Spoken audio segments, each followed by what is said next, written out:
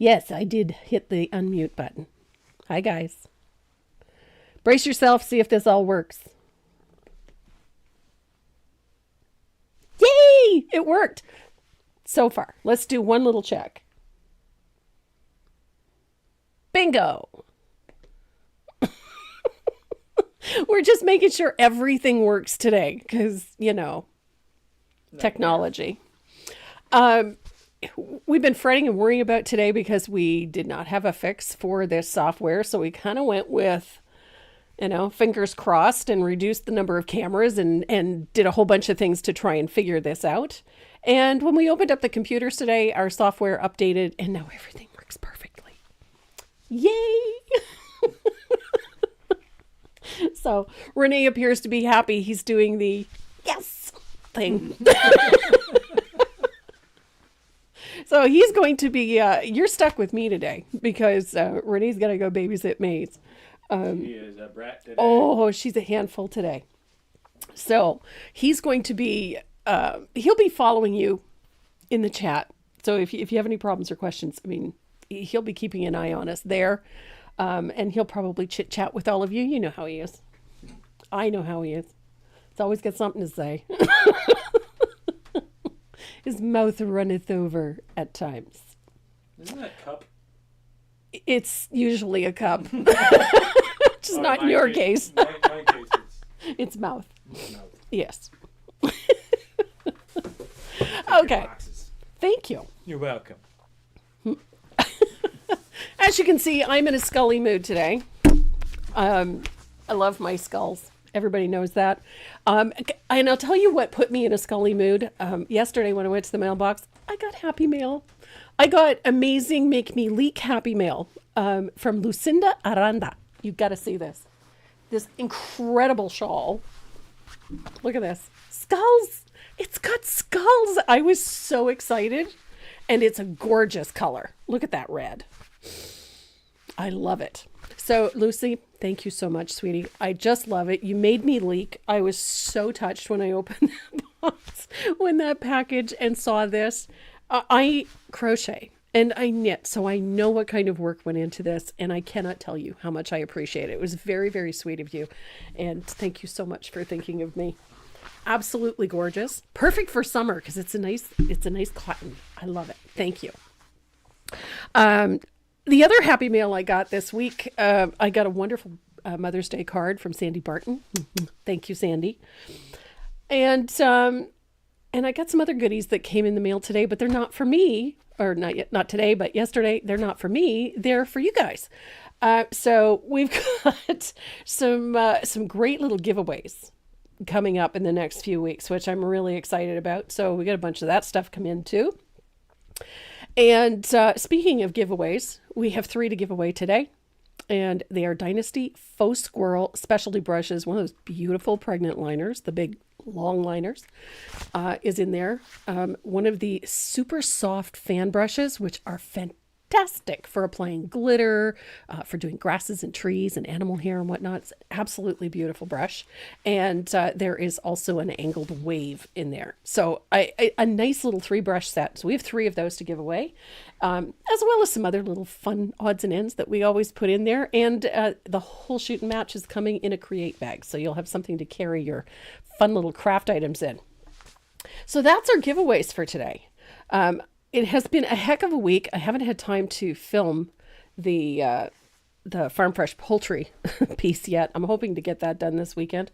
A little bit of luck and good management, because we were unable to get cameras and whatnot to work. So I will take care of that as soon as possible. But in the meantime, we're going to be painting Farm Fresh Honey. I love this piece. I've done something similar with lavender, but I really like this one. I like the color combination. I like the textures.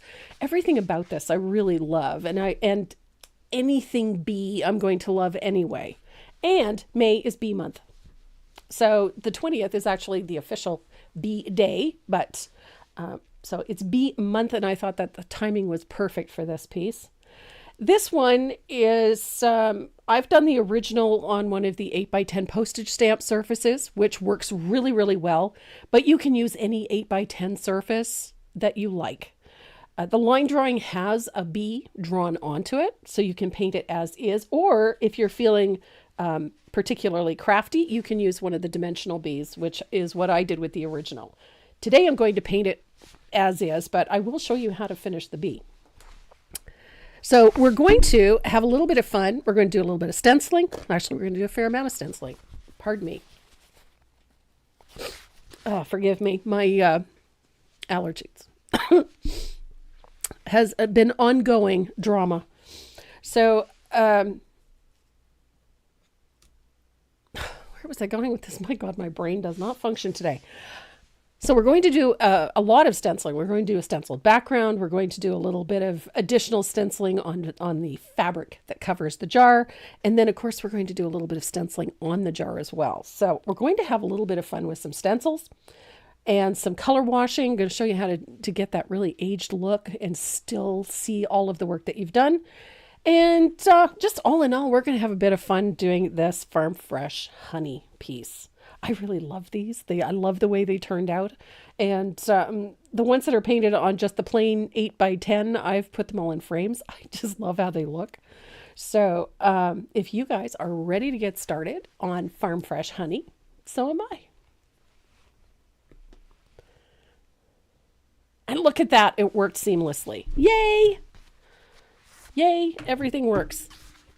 That's always nice. When things work smoothly and flawlessly. The stencils that we're using today are pretty straightforward. We're using a 1/4-inch polka dot. We're using a honeycomb stencil. And we're using a 1/2-inch check. Now you can use 1/2-inch or you can use the 3/4. You can even use a smaller one if you like. I prefer actually to go bigger on this size.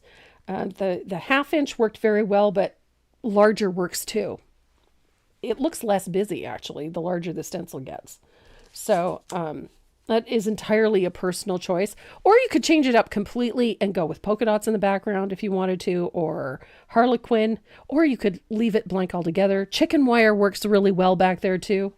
It's just something for a little theme, something that sort of carries that country theme or that farmhouse theme, which is why I went with the check. But you could easily put a chicken wire stencil back there and it would work really well. So the process for this one is really simple. We're going to start with the background, which is 1 or 2 coats of country red. They don't have to be a perfect or opaque. It's just, you're just putting some color down, something for the rest of it to work off of. So it doesn't have to be perfect, doesn't have to be opaque. So this, believe it or not, is 1 coat on top of MDF. Or I shouldn't say MDF, it's hardboard.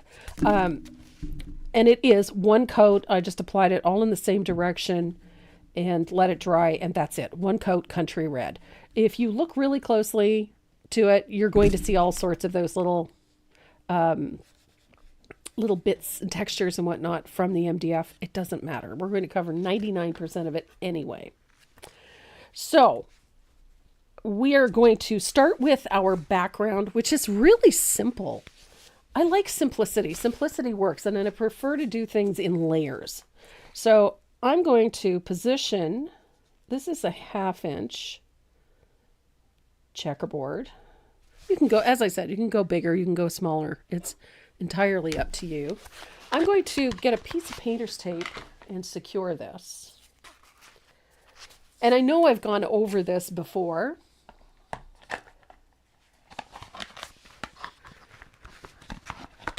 I'm fading in and out. Is it the visual that's fading in and out or the sound? It's the visual. It's probably just the autofocus. So I'm going to tape that into place and secure it. The color that I'm using for this background is called cobblestone. Whoops, that's not it. Cobblestone. I like this. It's a nice neutral gray. It's a very warm color. It's a nice, very neutral tone, and it works very well for this. I love having some contrast, but I don't want it to be a harsh contrast, which is why I did not use something like white. White would be extremely harsh So I'll load up that stencil brush with a little bit of cobblestone. And I'm going to swirl that brush both directions so it's well loaded. Blot it on paper towel, and then I'm going to apply it in a circular fashion. Yeah, of course. Oh. And randomly, you don't need to have these perfect. They don't need to be opaque. We're just putting a little pattern back there.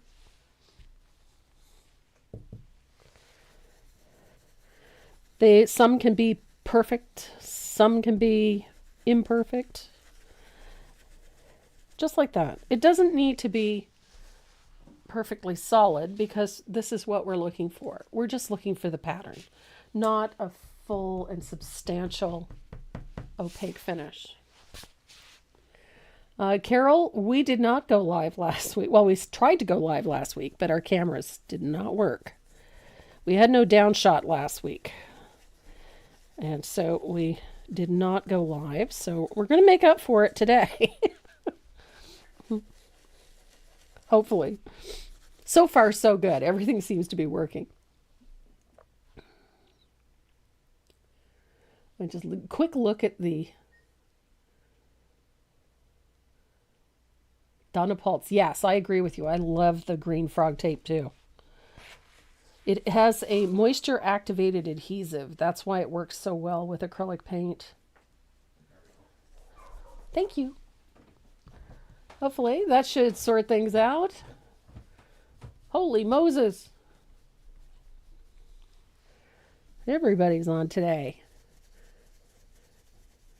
Hi, Janet Benoit. You're finishing up the hello pattern. I love the colors. It's so, I don't know. The one we're doing next Saturday is just such a fresh and bright summer piece. I just love it. And it's fun. A little more contemporary, not too kitschy, but it's a back to basics. I need to stop buying.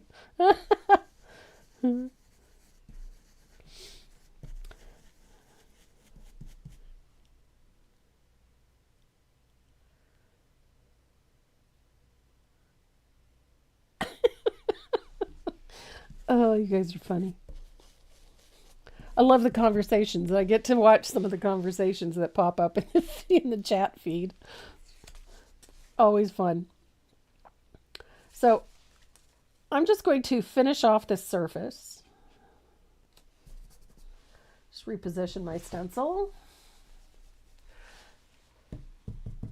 And as I said, this does not have to be perfect by any stretch of the imagination. So some are going to be brighter than others. That's okay. This is a case of neatness does not count and perfection is definitely to be avoided. What's for dinner tonight? I was actually thinking, I haven't really planned anything for dinner tonight, which is kind of sad. We had sushi last night. I made way too much sushi. But it was very good. So I'm thinking it might be just something on the grill tonight. Something pretty simple. So maybe a little bit of chicken on the grill. Maybe a little bit of fish. I know. Bonnie, excellent. I'm glad your prize finally arrived. We had a whole bunch of stuff come back from customs this past week. So if you're waiting on an order and it's missing, I haven't had a chance yet to notify everybody because it just arrived here yesterday. But they're all going to get relabeled and sent out on Monday or Tuesday, actually, because it's a holiday weekend here. So apologies if you're waiting for things. Every once in a while, customs doesn't like the description that we write on things, and so they send them back so that we can make differences, make changes, and then send things back out again. So it's, if we forget to put a number on, or the number is inaccurate, or they don't feel that it's accurate, we get it back.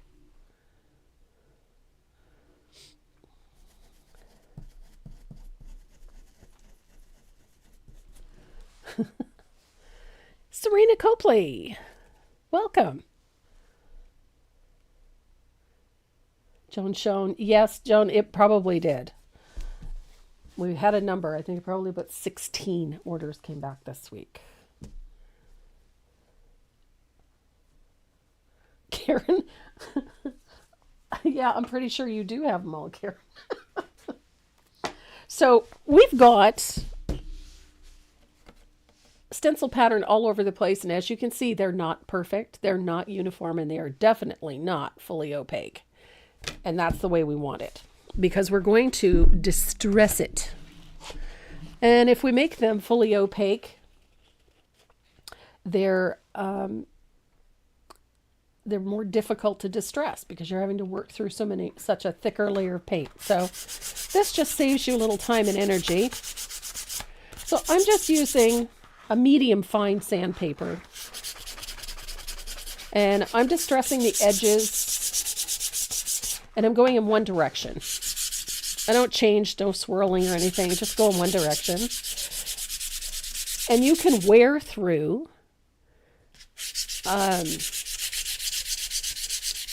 some of those squares, expose the paint underneath. You can wear through all of the paint and expose the wood underneath if you want to. You can stop when you're happy. I like things to look distressed, but I don't like them to look like, they've been drugged through the wars, if you know what I mean. I'm not the chain and hammer lady. That used to be a big thing, chains and hammers to distress furniture. The only thing worse than distressing that way is, when they have a machine that does it, and you can tell that a machine did it, because even the distressing is, perfectly symmetrical. So I'm going to wipe that down. Just going to take a piece of wet shop towel and wipe this down. There we go.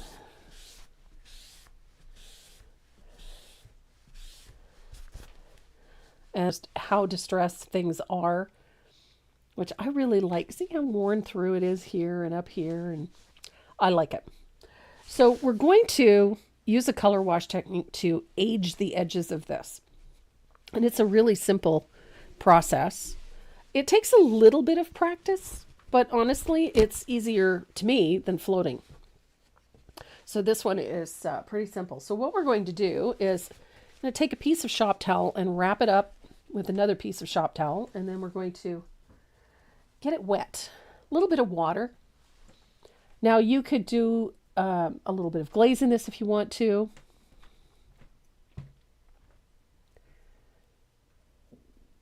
Carol, do we have in stock the butterflies? I have them on order. We have a bunch coming in. And Beth, you're very welcome. I'm just watching. I think I may have missed a question, but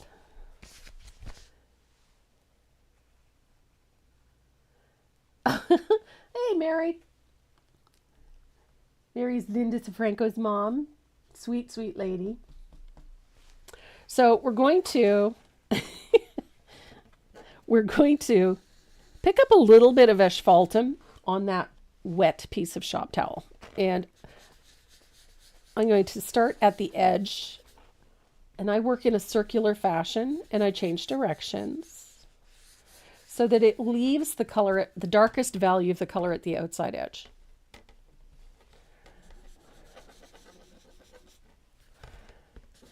And by doing it this way, where I go in one direction and then go back the other way, it helps blend out that line, so you don't get a solid line across the bottom.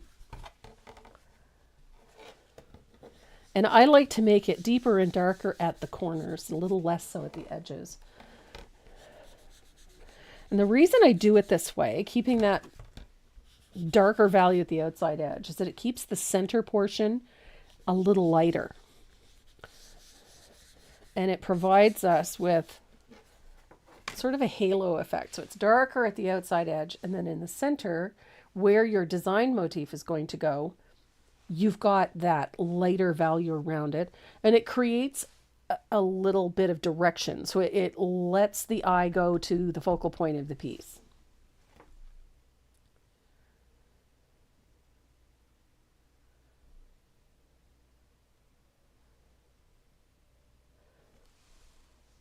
Patricia. Oh, goodness. In the 90s in Florida. Ugh. I don't do 90 degrees.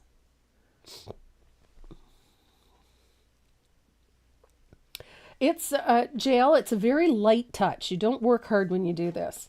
And you use a small amount of color at a time. Debbie, I'm using asphaltum for that first layer that goes on there. And I'm coming out a good 2 inches, 2 to 3 inches. Just let it fade out. And then you're going to take, you can do this with a brush if you want to. You're going to take a little bit of asphaltum, thin it out with water. And you're going to just brush a coat of that over top of the surface. So it tones everything, evens things out.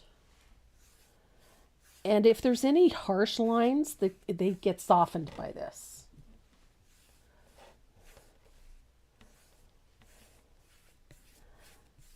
So that way we have this nice toned look to everything. And we're going to let this dry. Dry it real quick.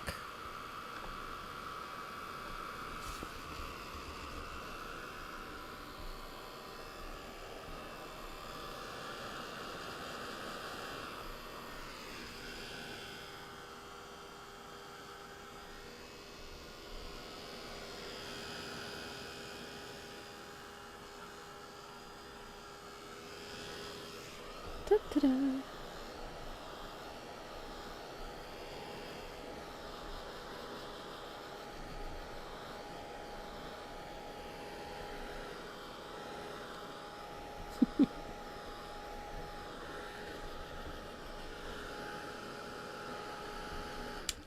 No, Jess, the chicken one hasn't, we haven't filmed it yet. The week got away from us. Cameras weren't working, so. So once this is dry, we're going to deepen the antiquing at the edges of the surface. Just by repeating that first technique with a little bit of lamp black. And I might have gotten a little heavy-handed with it, so. Now, I'm keeping that black to the outside edge. Just like that. I like it darker in the corners. That's just me. A little bit at the edges. I like the darker corners. That's just, there we go.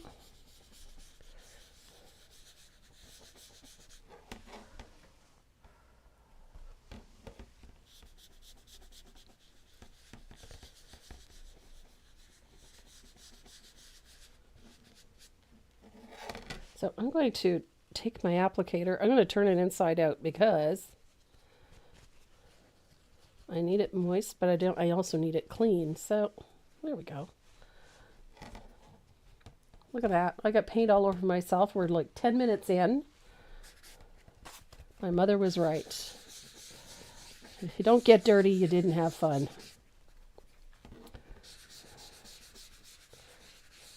So I'm just softening this with a clean part. There we go. So I really like that aged appearance. And you can see that it's darkest at the outside edge, lightest in the center. And this, again, helps draw attention to the focal point of the finished piece. So you can set this aside to dry or quick dry it. And then you're going to transfer your line drawings on.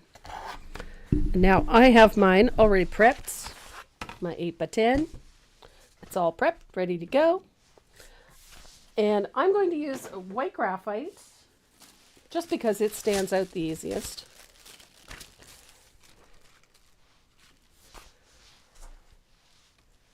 Gives me a nice clear image. And I'm going to use my red gel pen. I like the red because I can see where I've been when I'm tracing. And I have to take the sweater off because, oh my goodness. Bobby, how am I loading the paper towel to do this? Paper towel is always damp. And you can do that with either a little bit of water or you can do that with a little bit of the faux glaze. Not faux glaze, the fast dry glaze. And that'll help keep the paint moving a little bit. If you work with moderate moisture, it should be wet, not dripping. And then work with very small quantities of paint. Better to do it in small, individual and light coats and have control over it than to try to do it all once at one time. So to trace and transfer, I like to double check, make sure I got the right side down because, I've done that before. Fortunately, I haven't done it on camera. Or have I? Oh, probably have. Because I'm just, So, again, when you're tracing, especially when there are straight lines, especially vertical lines or horizontal ones, make sure they're nice and straight and level. Level is important, particularly when you're doing any kind of lettering. Otherwise, you'll have lettering that looks like it's going uphill. Don't want that. Or worse, downhill. Don't want that either. Moderate pressure. You should not be exhausted when you're done tracing your line drawings. I'm going to skip out the bee for the time being because I'm just going to end up painting over it for the time being anyway. So I can always put the line drawing back on. And then I'm just going to loosely trace my leaves and these blossoms. All I need is the general shape. I don't need it to be absolutely perfect. The other thing I'm going to ignore for the time being is the lettering. I will come back and put that in because I want to make sure that it's nice and straight when I do. So I'm just going to work right over top of the lettering. We will handle the lettering later. Just makes things a little bit easier. Not only that, but it's difficult to paint in and around lettering, and you're going to end up painting over most of it anyhow, so easy peasy. I love these flowers because they don't need to have absolutely perfect edges. It's more fun if they're not. Don't forget to do the centers. I like the centers. And then we have vines and tendrils. Oops, wrong leaf. There we go. Vines and tendrils. Little tiny leaves.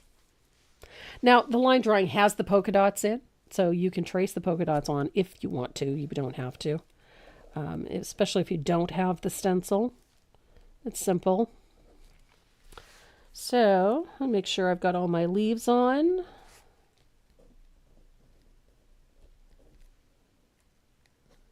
There we go. I missed a leaf. And I'm going to have a quick look. I think I've got everything. So I'll take the graphite out.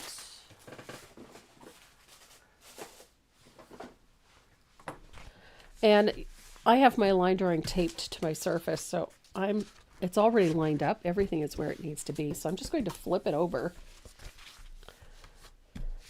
And then we can get started on this piece. Now, if you've noticed, all of the colors that I've used in this piece are complementary. They all work together. So we're working with red, we're working with a blue, complementary to red, a yellow that is complementary to red and to blue. So I've managed to keep the balance really, really nicely as much as I could. The same with the flowers. The whites, I've even pulled a little bit of that sort of orangey red. So again, we're playing up the red with the white. Again, with the yellows and the oranges. So we're trying to keep this a very cohesive color palette. And it's a very complementary one, which is why it appeals. It's really nicely balanced. So the color that I'm going to start with is Baby Duck. I love this color. This Baby Duck has very quickly become a favorite yellow. It's nicely opaque. It has a nice sunny tone to it, but yet it's not an over-the-top yellow. So this is the yellow that I've used for our honey. And then the other color that I've incorporated into the honey was the salted caramel. I love this one too. Again, these are both yellows, so they're going to work just fine together. So we're going to start with our honey pot, which is the center of this. And so I got to grab a brush. Now I'm working with a nice big round, well, not a big round, I'm working with a number 5, a black gold round, and some baby duck. I do like that this yellow is nicely opaque. So I'm going to use a pretty generous amount of paint. Now, when I'm painting this, I'm going to paint it in the shape, follow the shape of the honey pot. Now, obviously, there's a few places where you're not going to be able to follow that perfectly. That's okay. But we want to follow the shape. So any brush marks or stria or lines are going to fall into that shape. It just makes the base coating that much simpler. And if you don't use a ton of paint, you're going to have good control over it.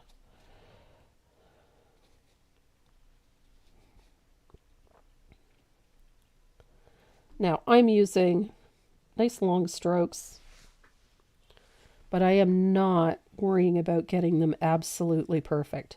And I should be able to do this in 2 coats. It's not going to be a difficult one to paint, to get a nice uniform finish.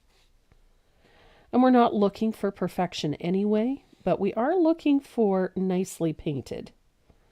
So by pulling the paint this way, we're going to have a nice uniform finish. If you go in all directions as you're doing this, you're going to end up with a choppy, kind of a rough look. Whereas if you've got nice long strokes to the paint, you're going to have an easier time.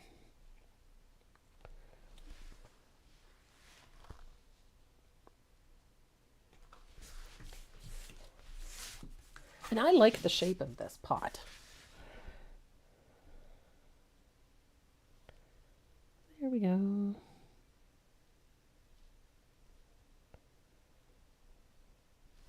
So I'm going to dry that real quick. And then we can put on a second coat. Second coat should do it.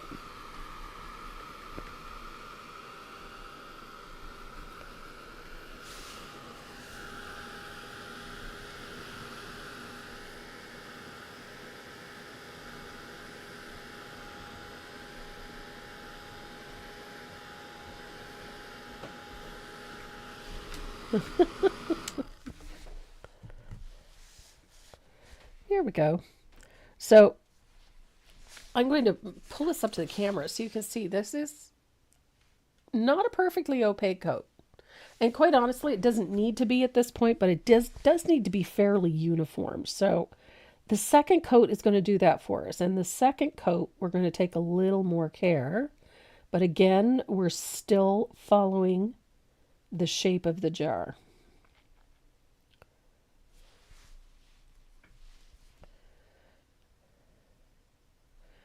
And by doing that, we end up with a much nicer base coat.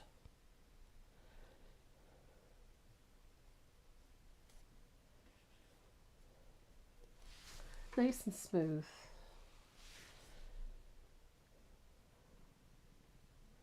This baby duck is just such a great yellow. It's very warm, very sunny without being garish, which is, I find most of the time, yellows, especially yellow because it's such a highly saturated color, it can look really harsh or really garish if you're not careful. And this one has all of that sunny look, all of the light that we want, but it's still a very soft and subtle yellow, which is excellent. So I'm almost there.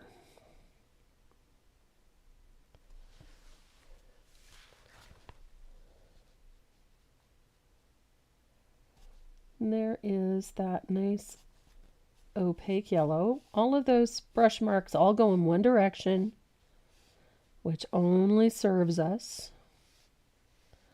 Makes the end result that much better. There we go. So now I've got nice opaque base coat.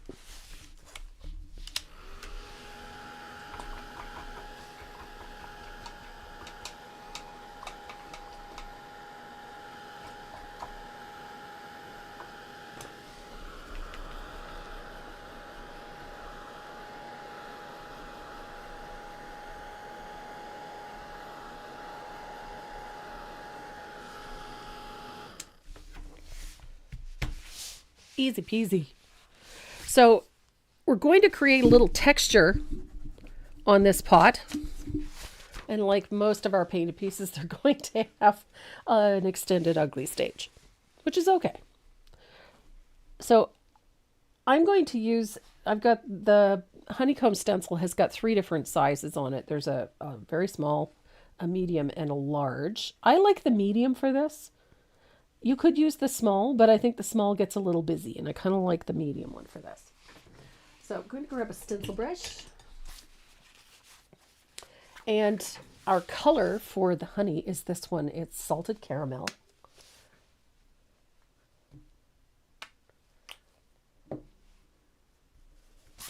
And you're going to use not a ton of color. You don't need to have a lot of color on the brush.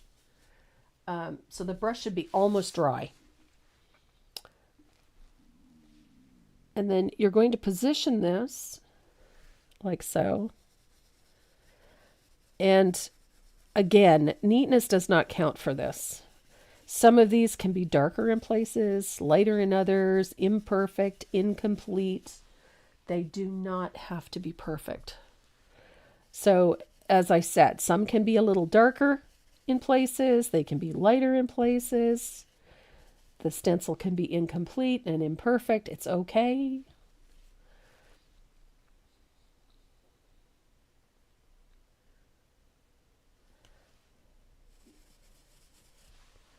There we go.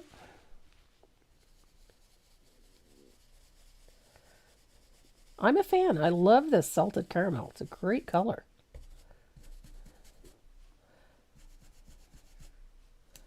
There we go. Now, you don't necessarily have to bring this all the way down, but I kind of like a little bit of continuity. So even if I'm only putting a little at the top of the stencil, I kind of like that. And there's a spot over here where it's, I want just a little. There we go. So now we've got some nice little pattern for our honey. I'm going to dry it.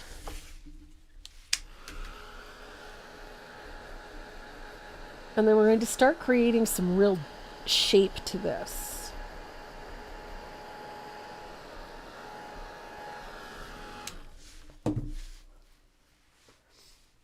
So I'm going to get a nice little angled shader. I've got a nice faux squirrel. Nice little faux squirrel, 1/2 inch angled shader. And we need a little bit of asphaltum. You know that I'm going to be using asphaltum. Hi, Donna Baker. What is the number? Oh, the honeycomb stencil is M219.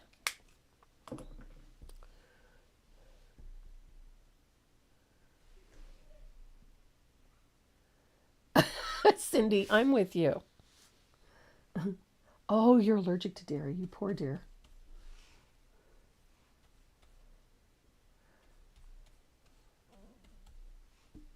So I've got a little bit of asphaltum on this brush, and I'm going to start by shading up underneath the fabric. Because we've got a nice little shadow that's got to go in there. There we go. And we are going to deepen that as we go, so don't panic if you don't get it exactly the first time out. So, nice little float of asphaltum. You're going to shade both sides of this.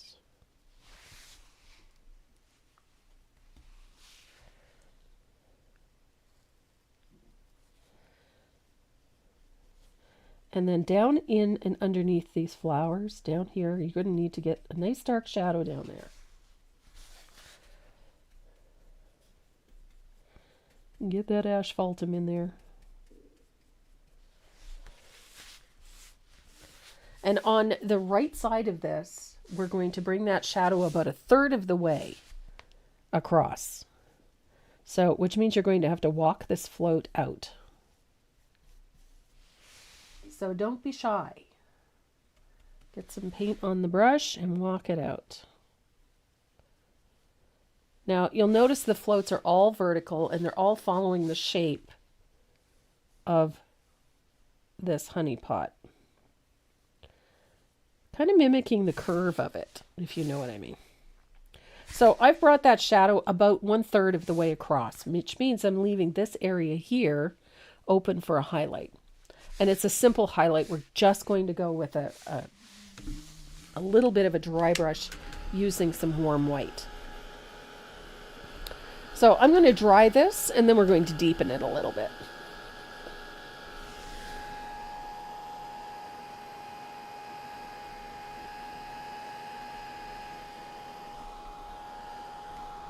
Has to be nice and dry, otherwise you just end up taking more of it off than you put on. There we go. Look at that.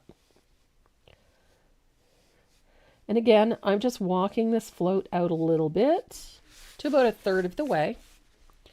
And then deepen the one on this side.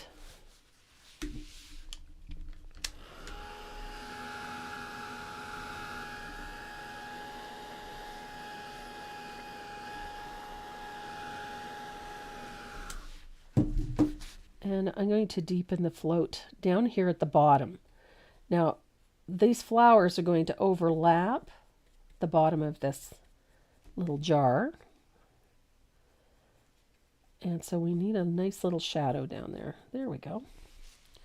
So we've got our shading in place. So we're going to dry that. And then we're going to go up top to that fabric lid that's up there. That little bit of cloth that we have covering. So the color that I chose for the lid is Bahama Blue. Again, I'm choosing colors that are complementary. So Bahama Blue, my favorite color in the decor line, by far.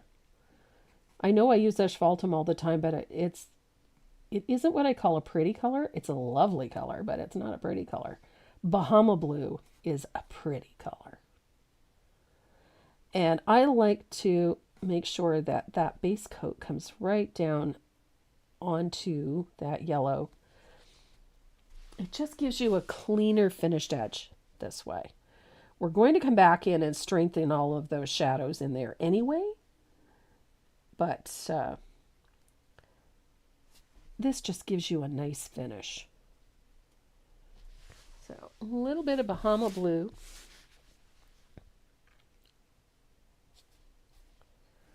And again, I'm just using a nice little round. This one's a number 5.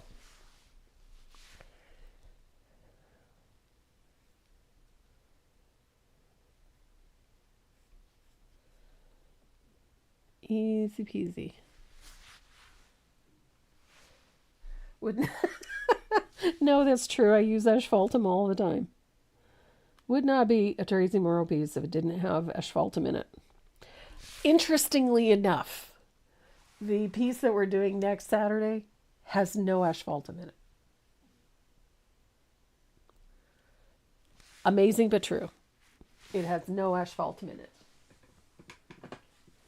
Not even a little bit.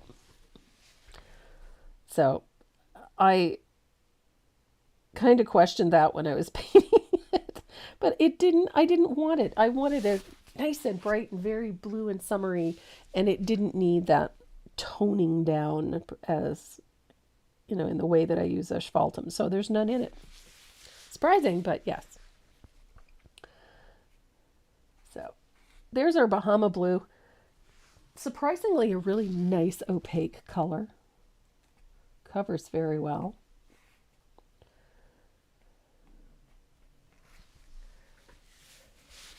I love Bahama Blue.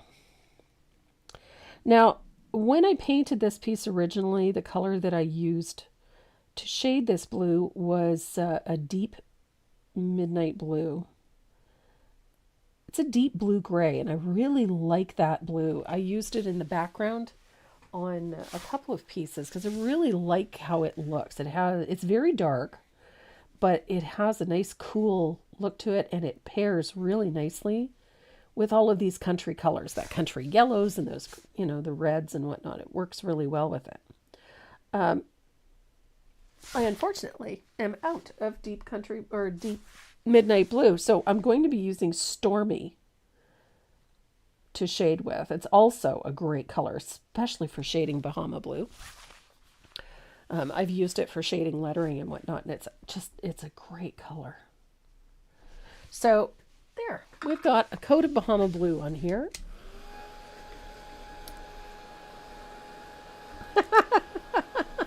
I know. There's no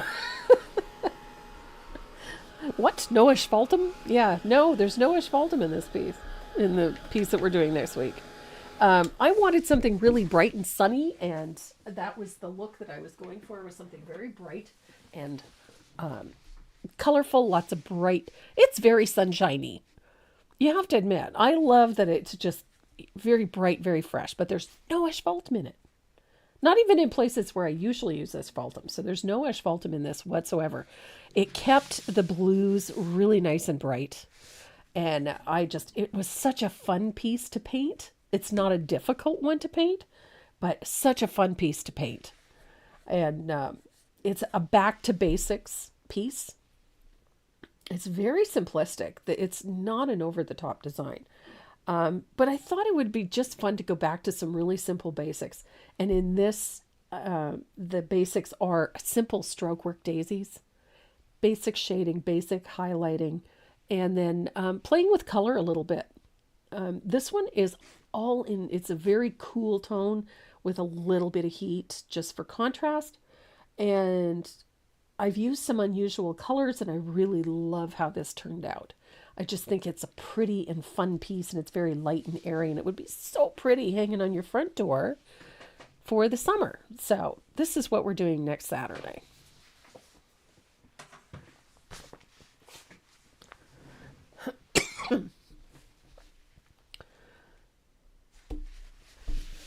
I'm going to make sure that that's good and dry because it's still a little tacky in a spot there. So I'm going to use a 1/4 inch polka dot stencil, which is this one. This is M222 is the name of that one. And I'm using a little bit of warm white.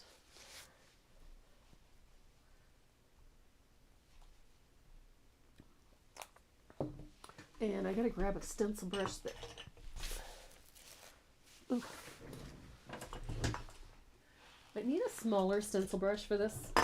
I'm going to use 1/4 inch stencil brush, I think. Nope, I'm going to use a 3/8. So I'm using a 3/8, which is just a small stencil brush. You could use a 1/2 inch if you want. Because of the nature of the way I'm doing this, I'm using a small one just for the sake of control.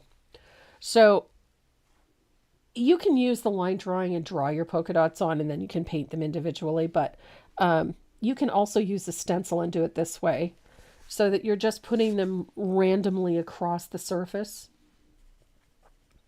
And again, neatness doesn't count. Don't worry about getting them perfect. They don't have to be lined up. There's no set pattern for these. They're just randomly across the surface. And they don't have to be perfect by any stretch of the imagination. They can be fully opaque or not. That's entirely up to you. You can put on as many as you want or as few as you want. Or if you prefer to use something smaller, by all means, feel free. Do you, boo-boo. You can use whatever you want.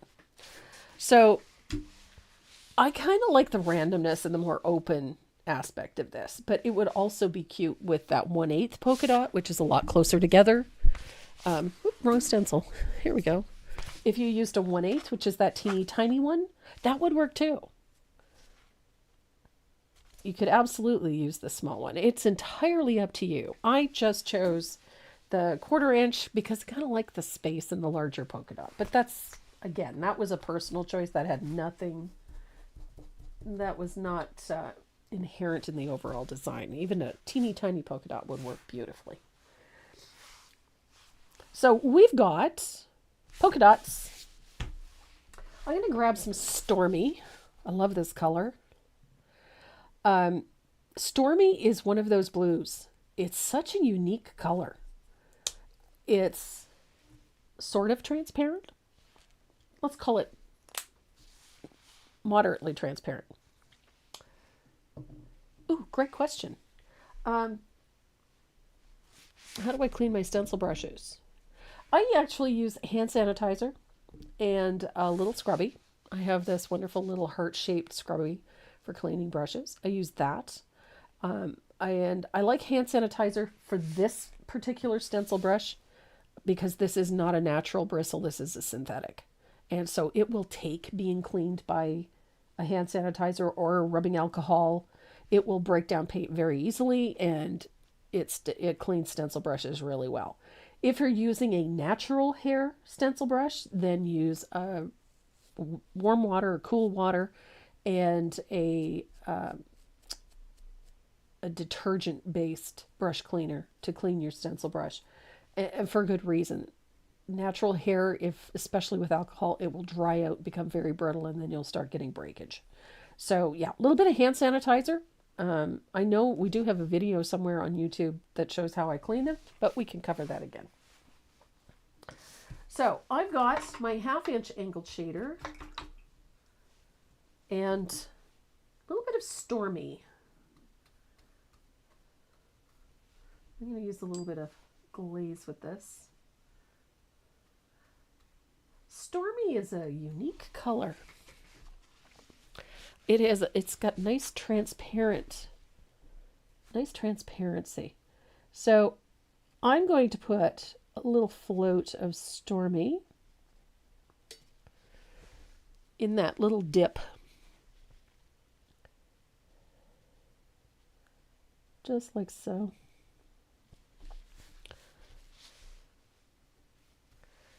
Now our light source is coming from the left side. This is our light impact point, which means shadows are going to fall to this side. So that's how I'm putting my shadows in. So little floats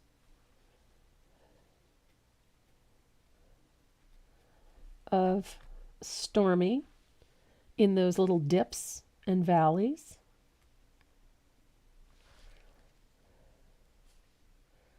Like so. And then going to do the same thing on this side. Remember, we've got a shadow on that side of that lid. And there's always a little dip in these fabric covers. So we're going to float that in with a little bit of Stormy.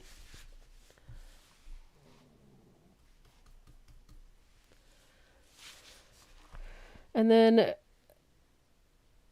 I'm going to just use the chisel edge of the brush to put a little shadow in where that string goes. I just want a little bit of a shadow there.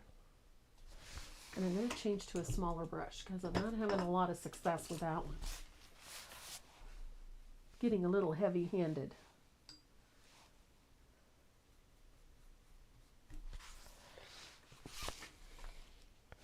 Whenever I find I'm not getting good control from a brush, I'll switch to a different size. Most of the time, that's all the issue is. I don't have enough control over that particular brush size, and it's just not working. So I switch to that.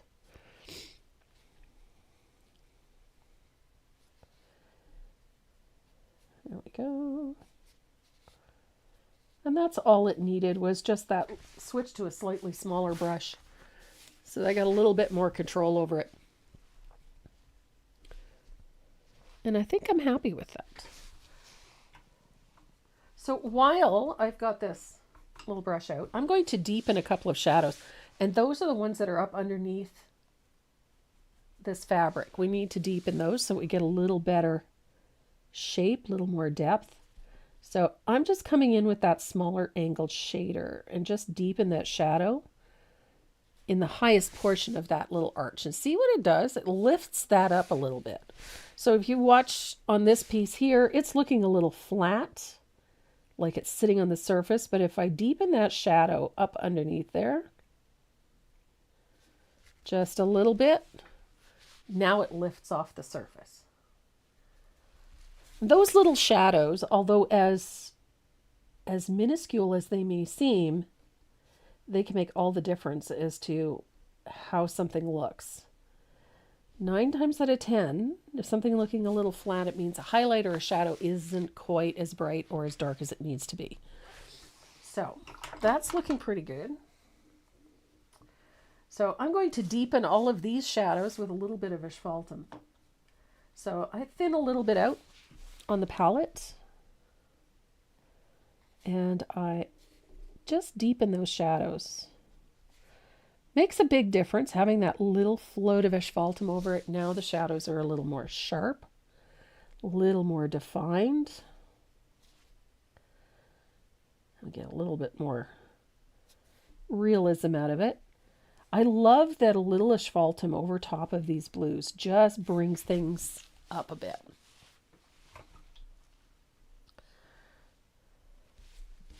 And I want to sharpen that. I need to pull that a little further across. I got too much of a dip, methinks. There we go.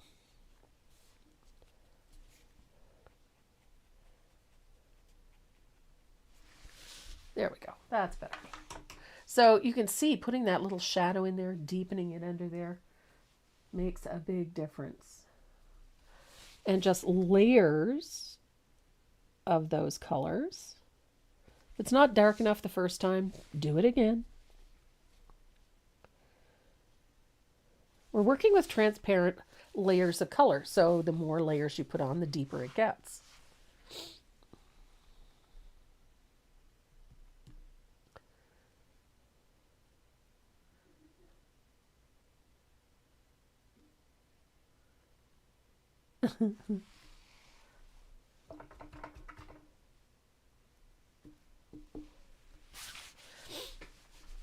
So I'm pretty happy with that.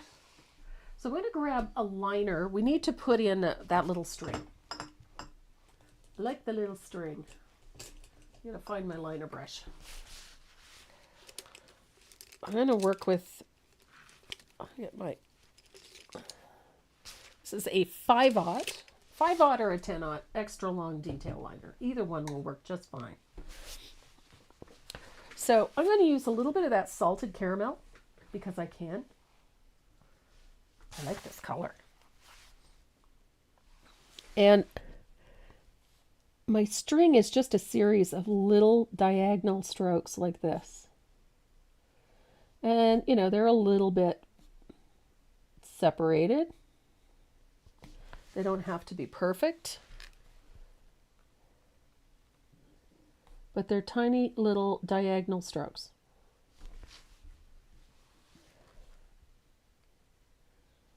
Just like that, edge to edge.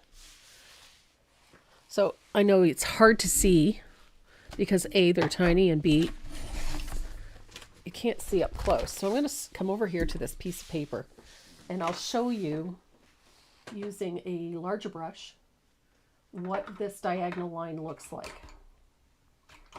So when we're constructing this little string, I know it sounds like a really minuscule detail, but it's an important one. So I'm going to do this large so you can see what I'm talking about. So I'm doing a series of little strokes like this, and they're separate. Now, this is enlarged, obviously, and they're diagonal. Not perfect, not ideal, doesn't matter. Then you're going to take a little bit of asphaltum, and you're going to go between like this. You're going to fill the space in between each of those lines, right? And then the next layer you do is your highlight layer, and that's going to be with a little bit of warm white. So let me dry this real quick.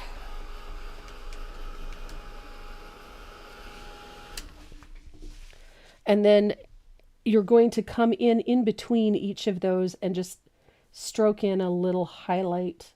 Doesn't have to be perfect. It's just on top of those small lines. So you can see the structure of it. It's just a series of little short diagonal strokes. And that's what we're doing for that line, that little string that's around the neck of this honey pot. So I'm going to go in between and I'm going to put all my little strokes in.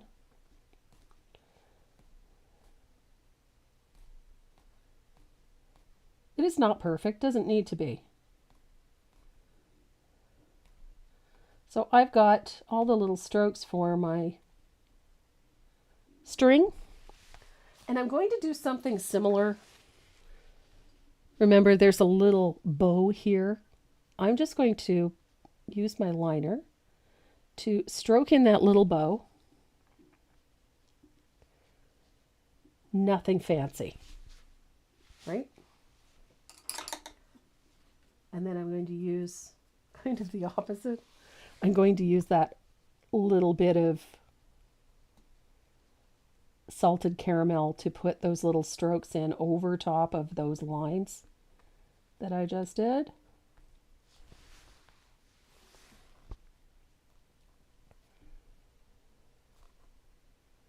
Like so.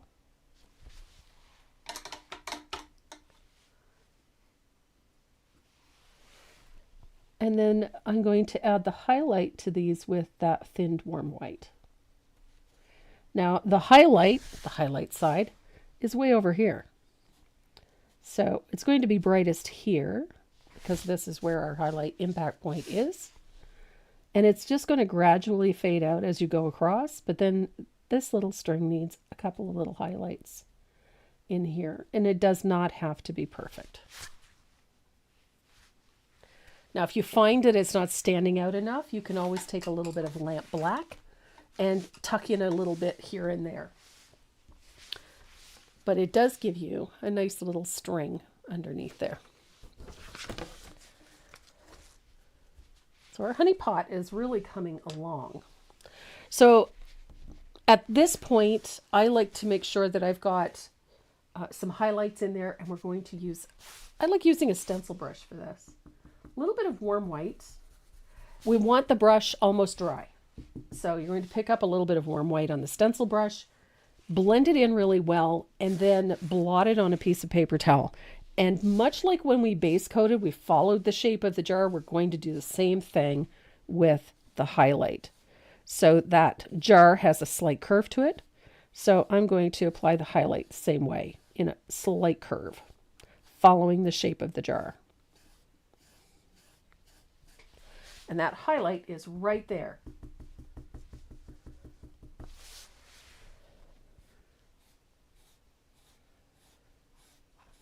So nice little dry brush. I'm going to come out maybe 1/3 of the way.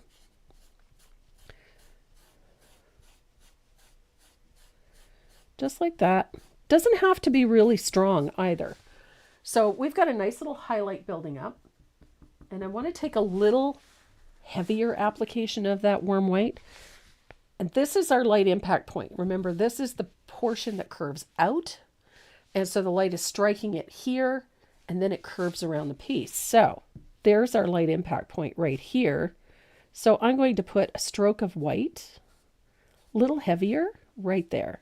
And again, follow the curve of the jar. So you get that brightness just like that. So now we've got a nice little bright highlight on our glass jar. I'm going to take my same dry brush and I'm going to put a little bit of that highlight right above it on the lid, like so.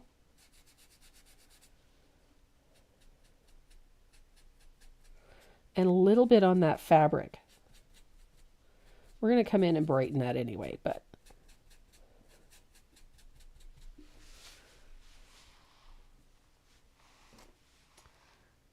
so our highlight on that fabric, a little bit of warm white.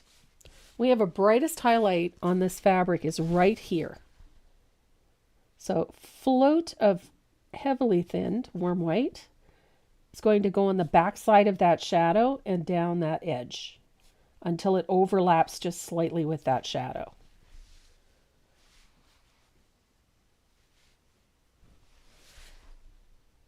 Highlight, roll it over until it overlaps with the following shadow.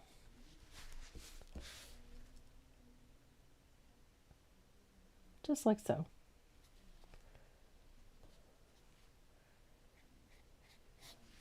Nice little highlight there. I'm going to pop a little bit at the top too. There we go. And then we've got a highlight right here. People are saying it's foggy.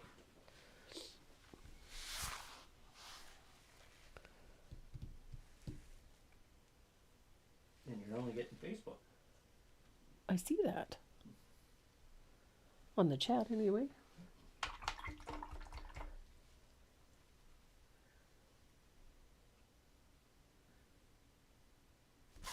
Something.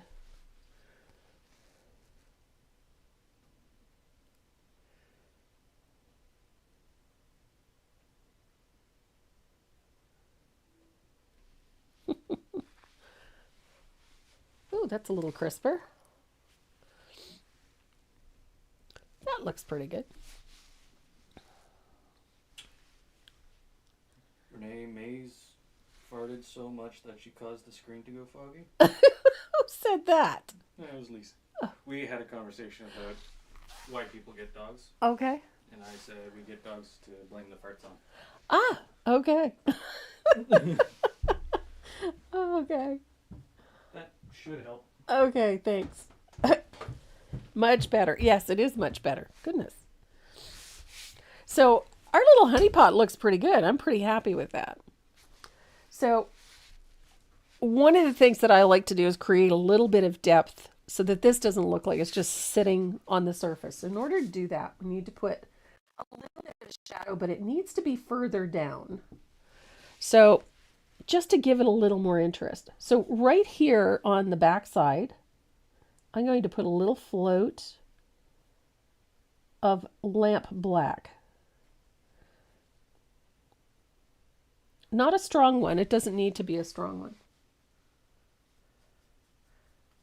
And if you work in thin layers, you have a lot more control. So I'm going to come in here and I'm going to do the same thing on this side, but I'm only coming up about halfway up the jar. I don't want it to go all the way around because then it looks very heavy. And then it looks like it's floating against the surface, and you don't want that either. So I'm going to dry that float real quick, and then we're going to deepen it and pull it out a little. It just creates a nice little cast, a nice little separation. It just helps things look a little bit more realistic. And I don't like a harsh line. It doesn't have to just stop, but it needs to sort of peter out a little. So there we go.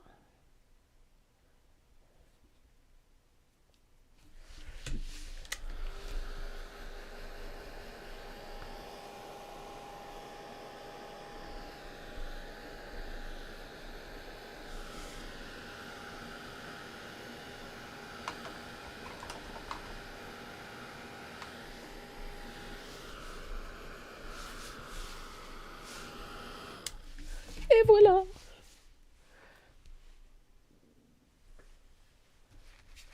I like it. So we're going to throw some base coats in for the leaves. These leaves are pretty straightforward. Again, I like to do things one coat. Don't need to mess with it too much. The color I'm using is antique green. You can use lush green, antique green, avocado if you like. Any one of those greens is going to work. And again, I base coat following the shape of the item that I'm base coating. So that way I don't have brush strokes going in 10 different directions. And one coat is plenty. Don't forget those little leaves that are in there. They don't need to be perfect.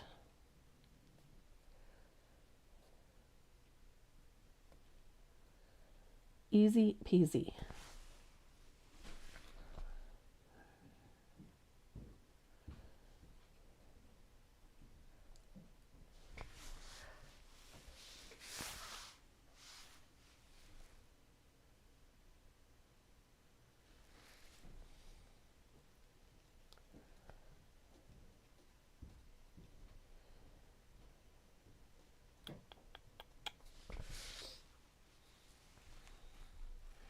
I lost the YouTube feed for quite a while, so I wasn't seeing any of your comments on there, but Renee was, so hopefully he didn't miss any questions.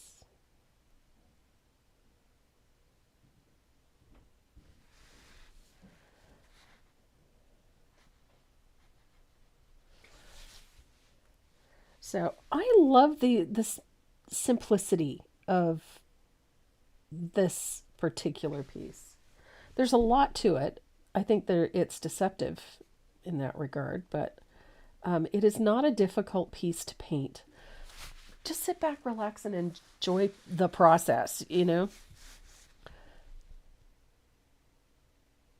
I think a lot of the time when we're painting, we put so much pressure on ourselves to make it look exactly like the original designers that we kind of lose track of what we were doing this in the first place for. I love that you can pick up a pattern that you truly love and then customize it to suit your own tastes. I think that's probably why I paint a lot of these things, is because I really love this style of painting. I really love this vintagey, this vintage appearance. But I also don't like it to look badly painted, if that, you know what I mean? I don't want it to look cheesy or cheap. And so I really like being able to customize things so that they fit with what I'm doing or fit with my own personal tastes. And mine tend to gravitate towards sort of this vintage advertising look. I just don't like the really heavily battered and flat look. So I like that there's a bit more elements to it.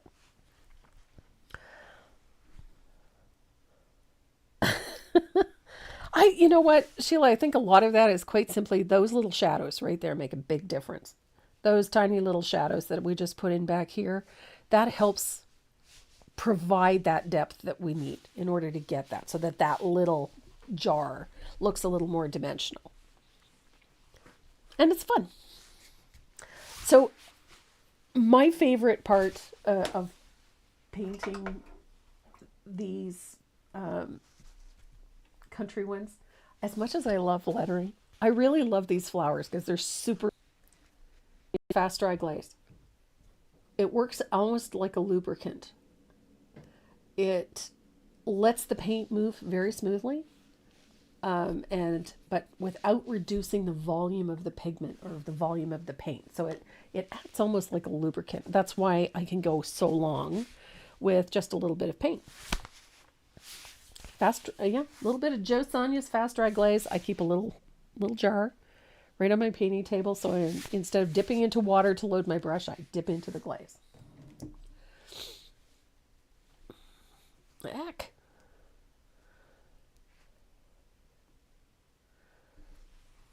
Yeah, we're still on this end. We are don't seem to be having any issues, but you guys are getting some freezing and a bit buffering. That could simply be on. There you go. So we're going to start shading our leaves. I know you guys have seen me paint these 100 times, but I'm a big fan of simplicity. So I'm going to use a little bit of black green or plantation pine. Either one will work just fine. I'm a fan of both. So I'm using a 3/8 angled shader, a little bit of Joe Sonia's. And we're going to shade underneath the flowers. It's a U-shaped float, so don't worry about where it needs to go. So we're just putting that shadow up underneath, under the overlaps. We're not worried about the center vein at this point. Underneath the flowers. Make sure that that shadow gets the love it deserves.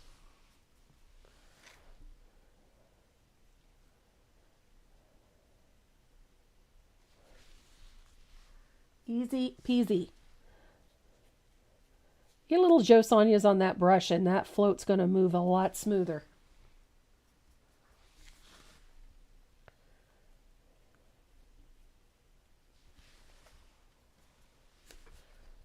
And those little leaves, Little U-shaped float at the base of the leaf where it joins the stem.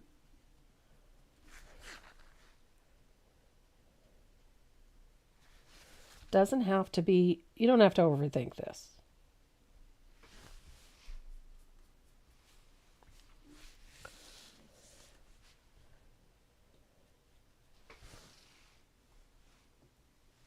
A little bit of Joe Sonia's.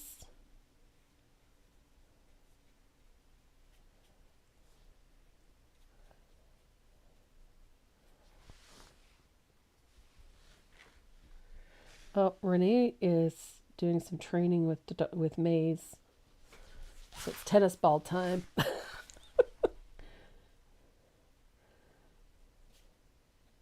Somebody mentioned the other day that Belgian Malinois are that they don't tire. They do tire. They will literally exhaust themselves. They will go and go and go like a psychotic Energizer bunny. And they'll go till they drop. But you have to keep their brain and their body active because they get up to all kinds of mischief if you don't. Yep. Yep. So I do all of those overlaps underneath the flowers. I do all of that shading first before I do that center vein. Mainly because if you try to float down that center vein and then shade over it, you end up taking most of it off anyway. So it's just simpler to do it this way. So make sure they're good and dry. And now the center vein, I'll just put a nice deep float of that black green down the center vein.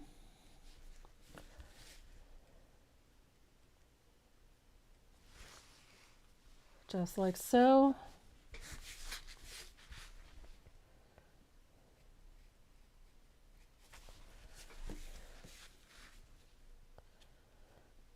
Like so.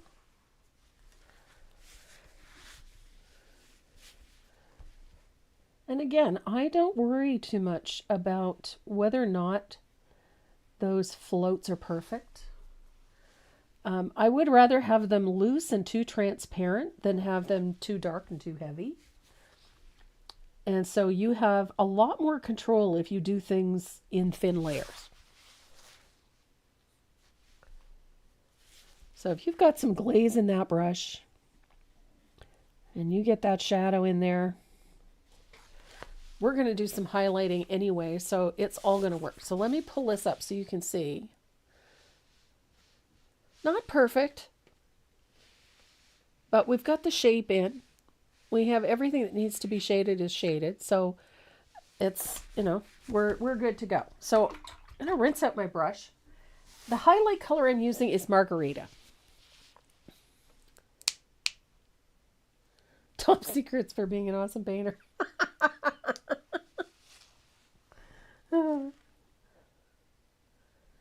So a little bit of Margarita, a little bit of Joe Sonia's. Pick up a small amount of paint, blend it onto the brush both ways. And then for the highlight, I start at the outside edge and come down to the point. Just like that. It's going to be a harsh looking highlight for a bit. Don't worry about it.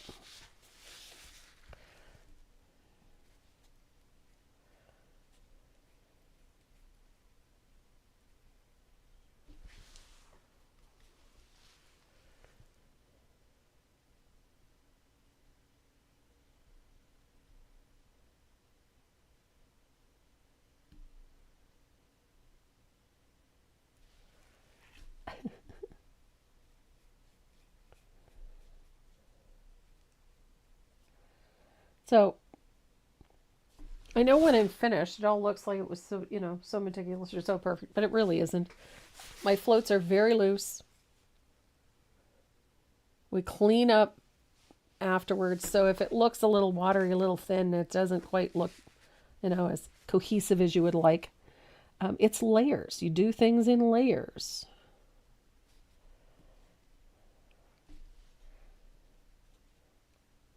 So if it's not perfect, that's okay.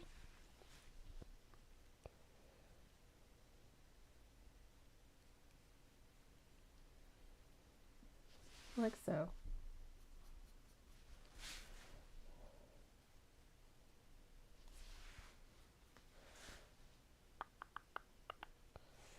Da, da, da.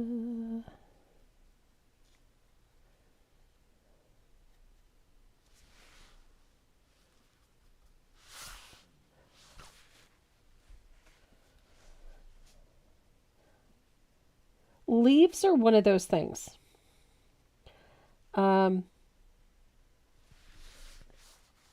I don't necessarily want them to all look exactly the same. And I'm going to show you a couple of ways to change things up a little. In decorative painting, we tend to use the same base coat, the same highlight, same shadow. You can play it up a little bit. You can change that up a little bit and make things look a little more realistic simply by bringing in other tones, other values, even other colors into the leaves. For our purposes here, we're working with 3 different colors. And it works for us for this style of painting and for this type of artwork.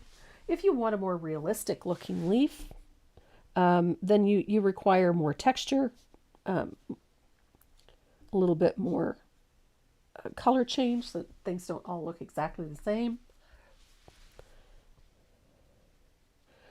And leaves, I think most of the time people wonder, well, where does the highlight go? Opposite the shadows. And that's always my answer. If for decorative painting, all you need really is a rudimentary understanding of light source. If your light source is coming from the upper left, as in this case, it's coming down this way, then your highlights are going to be on the upper left side and your shading is going to be on the lower right. In this case, some of the shadows fall that way, some don't. It is not an absolutely perfect rendition of the light sourcing, but we've got enough of it to give us a little bit more realism, a little bit of depth.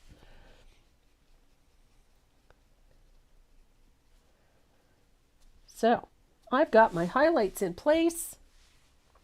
Looks a little choppy, looks a little meh in places. So if you look, you can see in a few spots where it's not so clean. You know, I've got a little bit of the highlight overlapping. So now I'm going to go in with a little bit of that black green, a little bit of Joe Sonia's, and it's just a little. I don't want this to be a really strong shadow, but it cleans up a lot of things. So wherever it's choppy, I'm just going to float, put that center vein back in so it's nice and sharp. So we have good contrast because it does get a little washed out when you put that highlight in. It becomes a little less defined when you put that highlight in. And this gives you a little more depth. Look at how sharp those look now.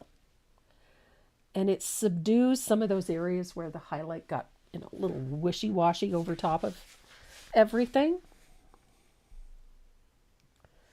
So, and then you can go in and you can deepen any of those overlaps, you know, underneath those flowers, whatnot. Don't be afraid to go in and deepen them a little bit. It's only going to work for you in the end. So now we've got a nice cluster of leaves. Everything looks good. I'm happy. I'll deepen that. Get up underneath those flowers. And I'm going to show you a little trick. So I'm going to be using a color called Tea Berry. I love this color. Tea Berry is one of the new colors. And this one is just, it's yummy. This one falls into the reds. It's not quite a coral, not quite a pink. It falls more into the reds. And I really like this color. It has really great transparency and it works so well with yellow. So, and because I'm using it in the flowers, I want to bring a little of it into the leaves. And this is just a great way to change up so that all the leaves don't look exactly the same. So I'm going to bring a little bit of that tea berry, just a little, And I'm going to blend it out because I don't want it full straight, but I do want a little of that color. And then I'm going to come to some of the areas on the left side of the highlight. So on the edges that are closest to the light source, I'm going to bring a little bit of that tea berry. Not everywhere, and just in small increments. I'm going to pop a little bit in right over top of the highlight. I like to keep it towards the edge of the leaf, but you don't have to. You can bring some into the highlight area if you want to.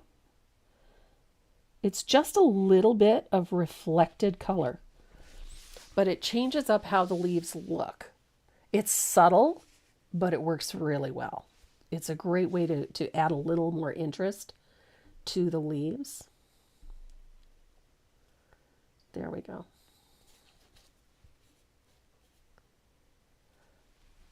So anytime you're doing leaves and you want to keep them interesting, go and pull out one of the colors that is predominant in, say, the floral that's near the leaf. In this case, I'm using a little bit of that tea berry to give a blush of color to the flowers. And so I want to bring that color into the leaves a little bit. If I was working with red flowers, I would bring a little of the red into the leaves.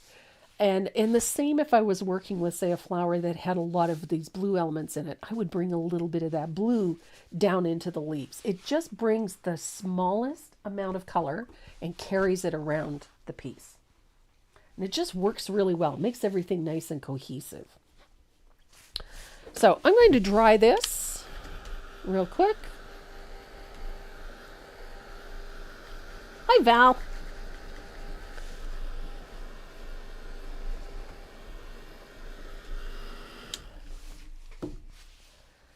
So I love painting these flowers. I just think they're so much fun to paint. And I just realized that my design is slightly offset. Didn't quite, I'll fix it. It just needs a little more balance. So I'll probably bring something in so that it's taking up a little more of visual space, as they say. So the flowers on this piece are super simple. We're going to paint the centers with a little bit of baby duck. Remember the baby duck color? So the center of this flower is going to be baby duck.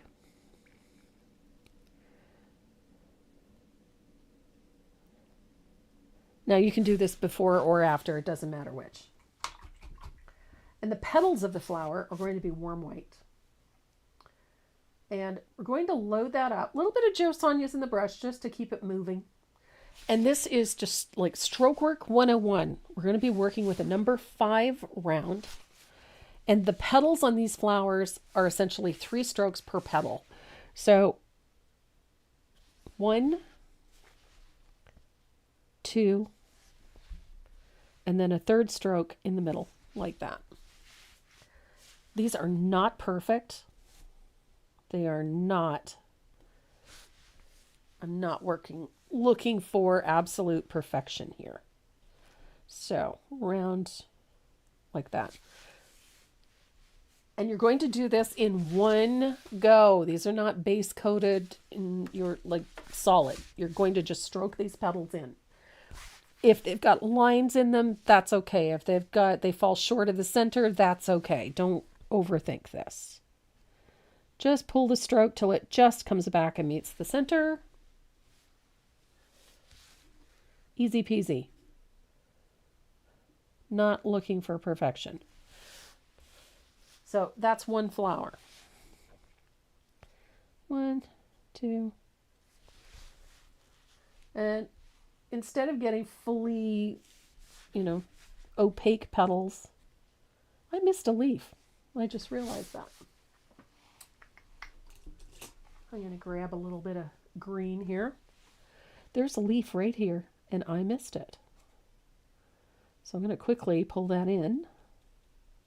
I'll come back in afterwards and do the shading, but the things you miss. And it's a dark leaf. It's mostly shaded, so.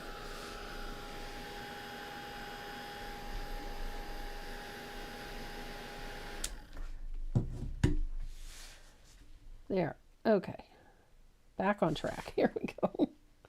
So simple stroke work petals, nothing fancy by any stretch of the imagination. I do like them to overlap the leaf a little bit. It just helps give you that little extra depth. It also makes things look nice and crisp. There we go. Super easy. 3 flowers. Rule of 3.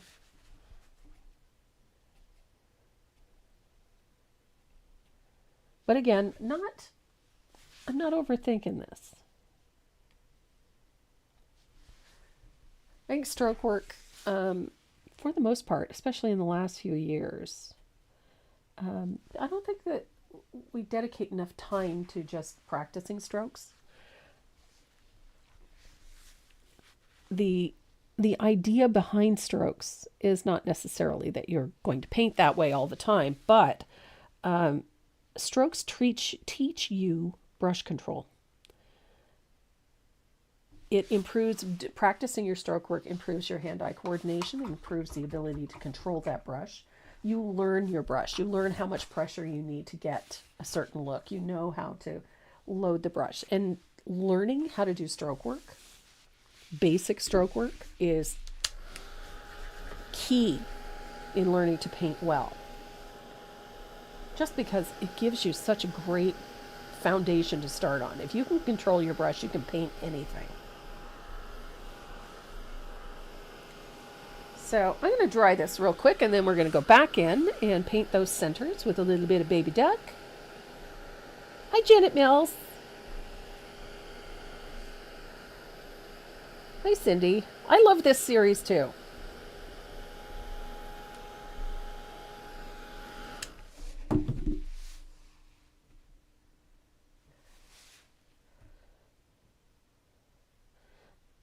I'm a big fan. I like rustic country. So a little bit of baby duck. How fun is that? These are such simple flowers to paint. And they're fun to paint because they're not complex. And it's really easy to make them look great. So I got a little coat of baby duck on there. Hey, Janet.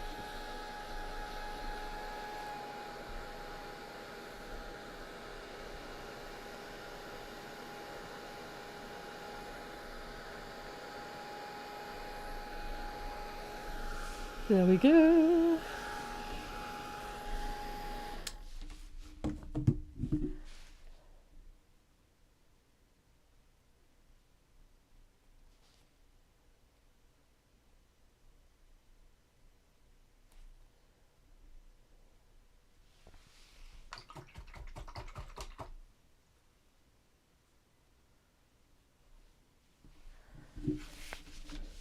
So what makes these flowers so pretty to me is that they're not a fully opaque flower.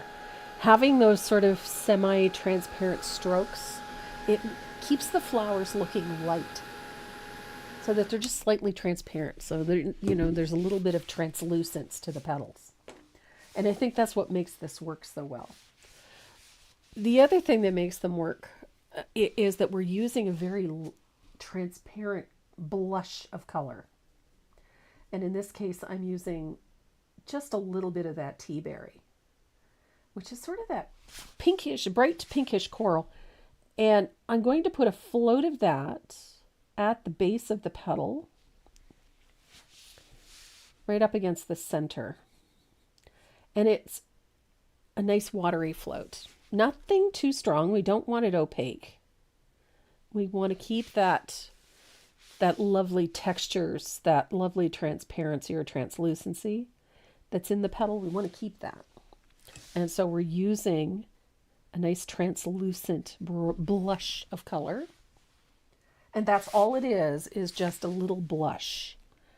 I don't want a solid opaque application. I just want a little blush of color. That little bit of red ties nicely to that background because we used a red in the background.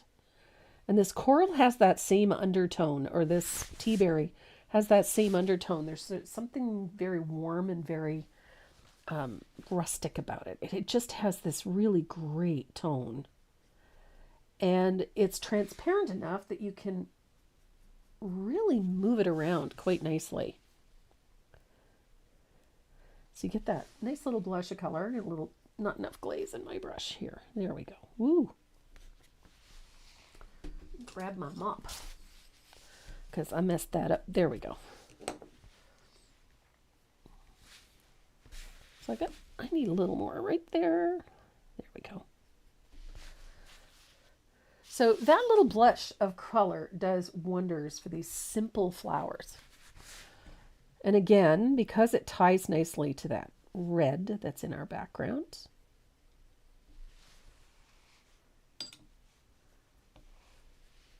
And yes, there's going to be some openings.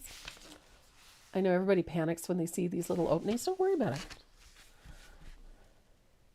Not a big deal. Those little openings are actually there in real flowers. So those spaces between the petals where they join the flower, those are there. So I've got nice little shading all the way around. Gives us that nice little blush of color. Sandy, go and enjoy your weekend.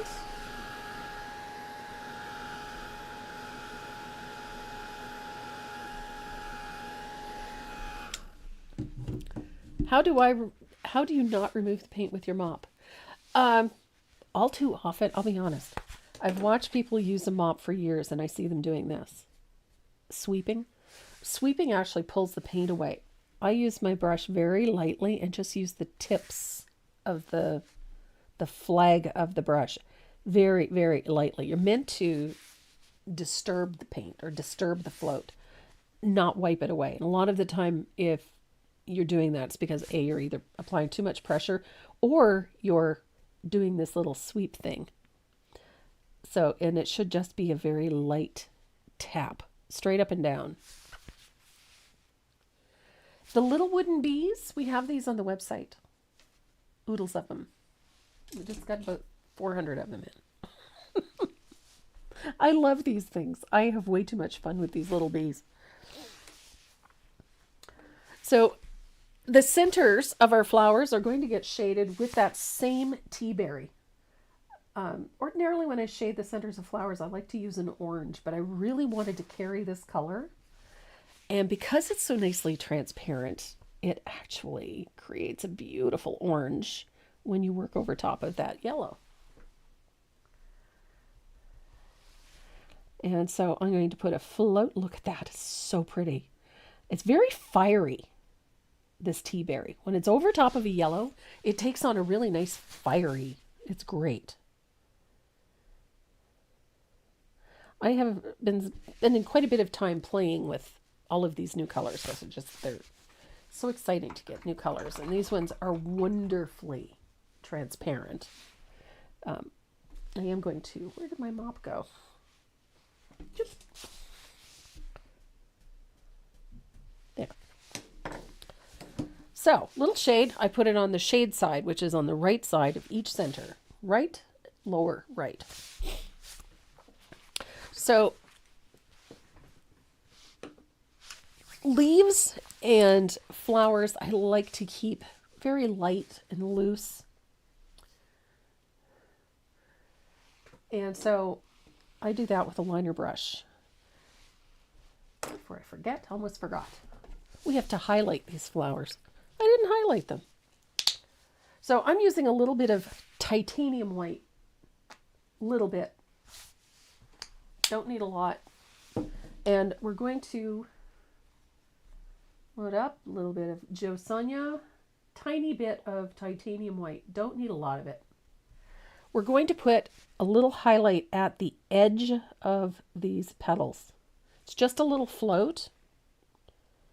And all it does, that little bit of white, all it does is diffuse, cleans up the edges, but it also diffuses where these colors meet. So if you've got, an edge to that pink and it seems to stop short, or it appears to, when you put this little float of titanium white over it, it diffuses that. So it softens that boundary between those two colors and it gives you a nice, crisp, clean edge to the flower. So if your flowers were looking a little squiffy at the edges, little float of titanium white, pardon me, will clean that up. And it just gives a little more of a hard edge to the edges of the flowers. Cleans things up a little bit.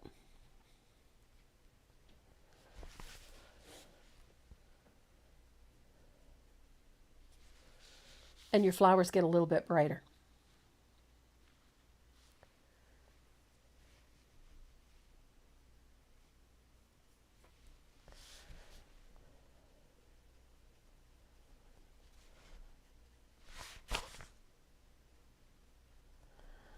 So that little bit of titanium white, and I don't use titanium white very often.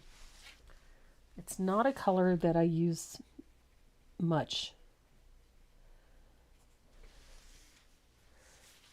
But it has its place, and it worked brilliantly for this piece. So look at how bright, crisp, and I still have that nice, soft, transparent look. Love it.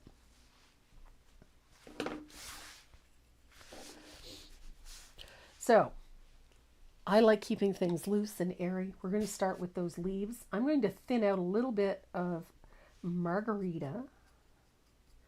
And I'm going to put just a touch of warm white into it.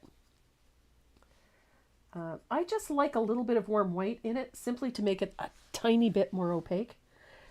The Joe Sonia's is going to make this color move very smoothly, and this is where we do a little bit of connecting work. I'm going to do my little, vines and tendrils. Boys, I could not have done that worse if I tried. Nice little stem to connect that leaf.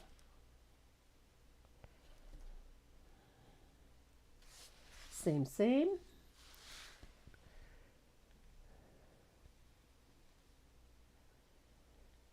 Nice little vine.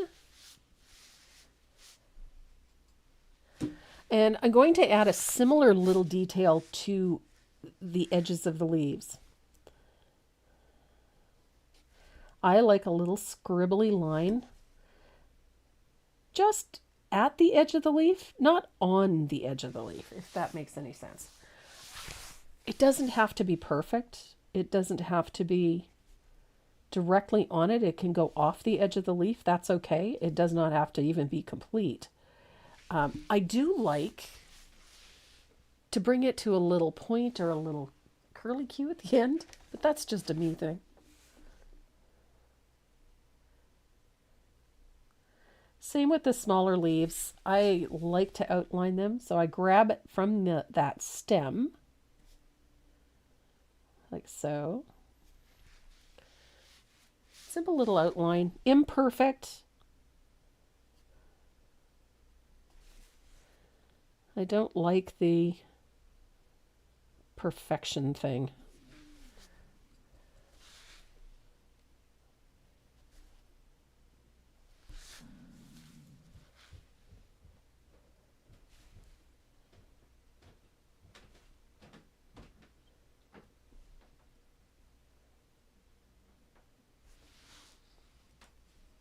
And it just overall softens things very nicely.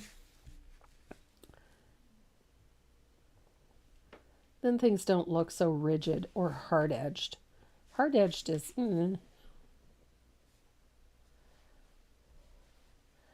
So we've got one more little leaf down here.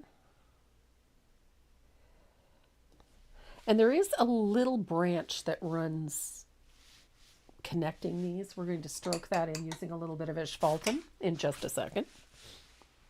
I'm going to grab my rigger. Get a small rigger. This is a number 2.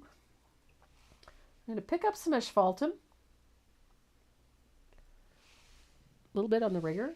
Then I'm going to pick up a little bit of salted caramel. I'm going to start right here. And I'm just going to pull a squiggly line. Nothing perfect. It does not have to be meticulous because most of it is going to be hidden underneath the lettering, but it still needs to be there. And if I have that little bit of asphaltum and that little bit of salted caramel, there's a highlight on it automatically, just because I put two colors on the same brush. So this is what you get. You could just barely see it, but it needs to be there.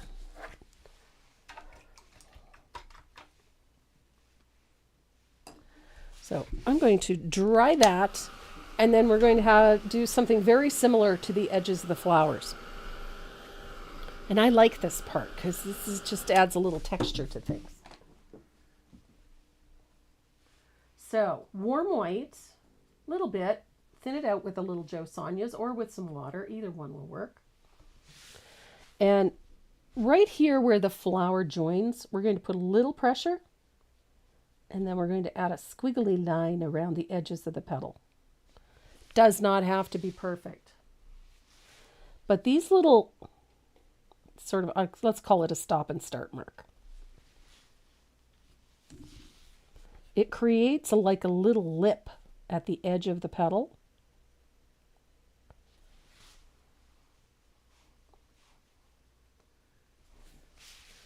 And it gives the center of that flower a little more depth. And then I just put a little squiggly all the way around. I like the squiggly thing. If you don't do it. You don't have to. I like the squiggly lines. And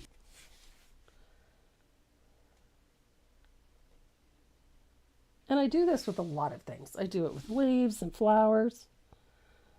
Again, it's not everybody's cup of tea, and that's okay. It's just the way I do it. But I like how it gives the flower a little more depth. It gives it a little more lightness. And it softens it. It doesn't look quite so rigid, I think is the word I was looking for.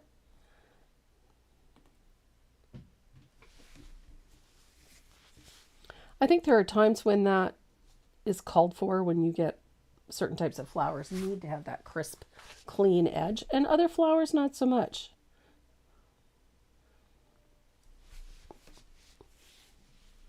And these flowers kind of have that, loose and soft and delicate and country look. And I like that this helps them look that way. So I have my rigger. We're going to add a little texture to the centers of these flowers. I'm going to do that with a little bit of asphaltum. And I'm going to do this on the shaded side of the flower.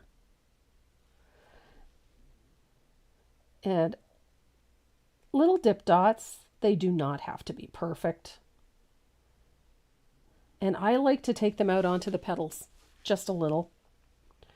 You don't want so many that it buries the color in there, but we need enough that it's going to influence the center of the flower a little bit.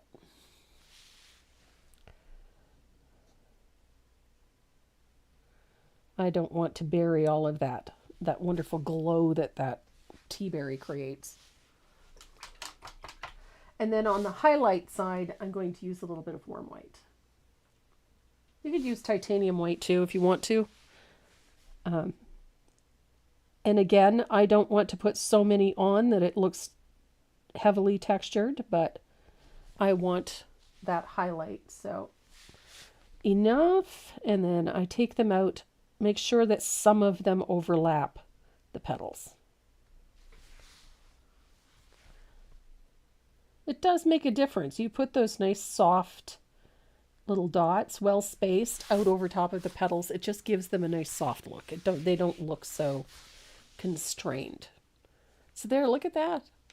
Super easy way to paint these really pretty little flowers. So I'm going to dry this. We have a little bit of work yet to do. I'm going to make sure, because I'm going to put the line drawing down, I'm going to make sure that this is really dry.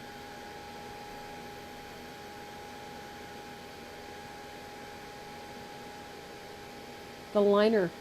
My liner brushes are available from the Brush Guys at thebrushguys.com. They're Dynasty, Micron, and the ones that I use the most are the 10-aught and the 5-aught extra long detail liner.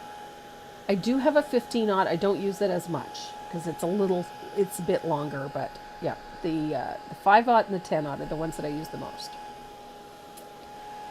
And if you use the coupon code TracyM, it'll give you a discount.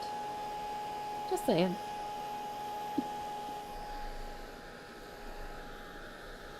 Okay. So I think that's well dry. Yeah, everything's dry. So I intentionally left my line drawing connected to this because I wanted to make sure that my lettering is nice and clear. The one thing I am going to do is I'm going to tape that paper in place after I get my graphite on.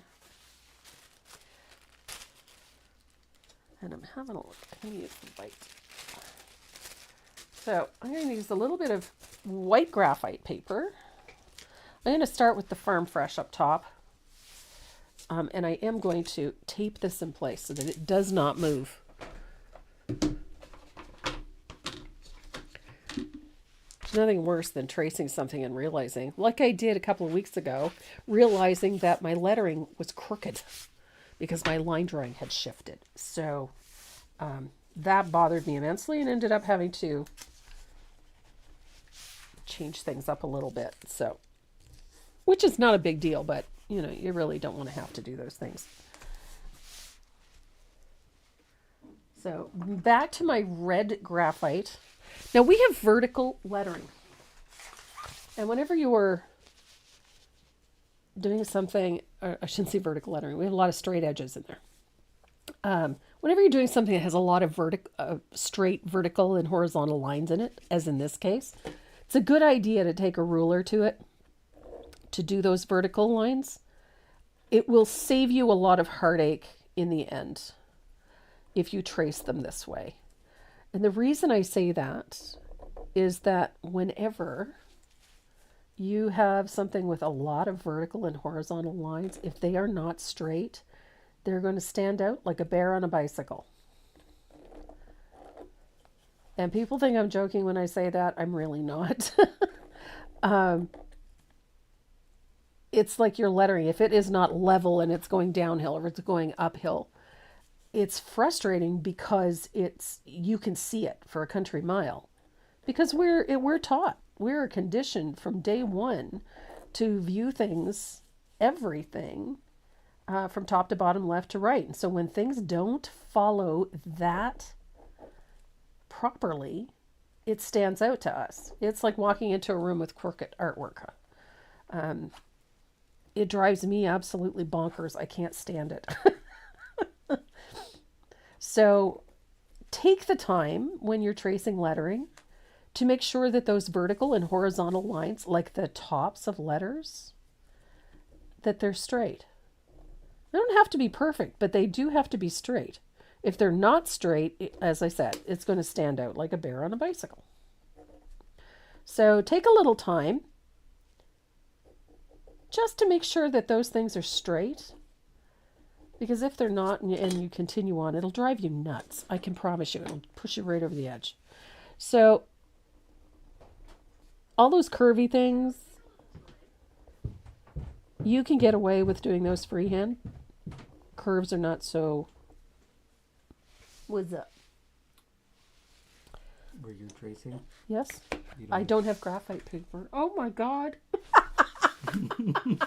Thank you. You can thank Patrick for that one. Patrick, thank you. I just traced all the lettering with no graphite paper. Hello. So much for perfection, right? Let's try that again. That explains why you don't have the YouTube feed anymore. Why? It's all Facebook. I know. You're supposed to have YouTube. I can't believe I did that. Well, actually, I can believe it. I've done it before, so why wouldn't I? At least I get the right side down. That's the main thing. Because I've done that. I think we've all done that. As long as the gang on Facebook can hear, or on YouTube can hear me. Hi, Patrick. See, I am not perfect by any stretch of the imagination. Yeah. The only difference is when I screw up, I can really screw up monumentally. But I'll own it. I'm good with it. I'm a big girl. We all make mistakes. Yep. Doing all of that. No graphite paper under it. It's all up top. Of course it was. Thank you, Patrick. So, by doing that, make sure your graphite paper's underneath there. Hello. Some days, lights are on, nobody's home. Today's one of those days, apparently. And then wherever you have little curvy lines, those things are okay. They're much more forgiving. Oh, yes, we have. Oh, as I said, I mean, it's just working away. Da, da, da, da, da. No graphite paper. I pushed it all up at the top. So I'm going to try it again, make sure everything is nice and straight. Hello.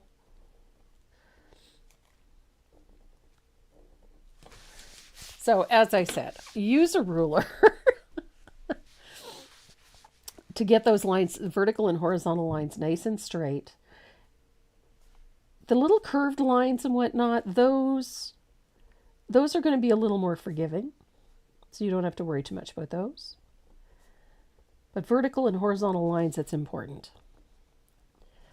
So ideally, the other reason, and I think that this is perhaps even more important, is that it's very hard to paint a straight line when it's not a straight line, if you know what I mean. To paint something vertically and horizontally straight when the line you're painting to is not straight, virtually impossible. So I'm going to see how badly I messed this up. Actually, not too bad. I'm just going to make sure that all my little lines are in. Some days, I swear. So, I'm going to do the same thing with Farm Fresh up here. Now, Farm Fresh, as you may have noticed, is imperfect. I didn't want perfect in this case. But straight is important. I'm just going to quickly put this in. I like that these are not absolutely perfect lettering. To me, it kind of has to have that sort of hand-painted or home-painted look to it. But at the same time, it can't look badly painted, if you know what I'm getting at. So again, whenever there's a vertical or a horizontal line, I just try to use that ruler to put it in.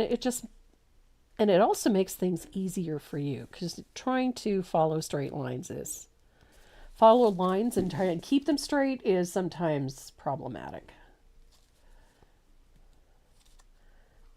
And if you've got a nice straight line already, Bob's your uncle, Sally's your aunt.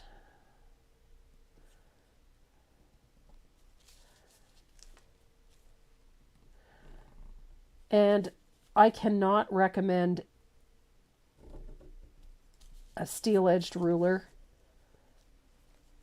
anymore. It's just, you have to have a steel-edged ruler. Plastic ruler will not cut it.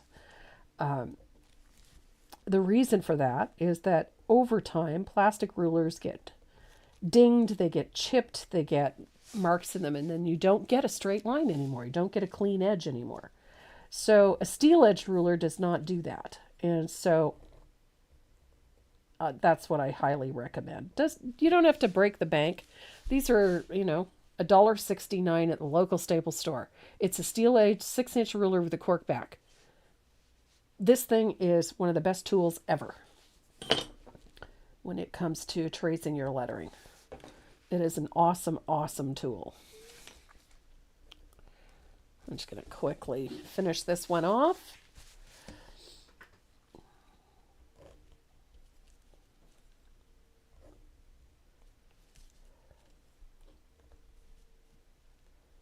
I'm really hoping I moved my graphite paper. Yes, I did.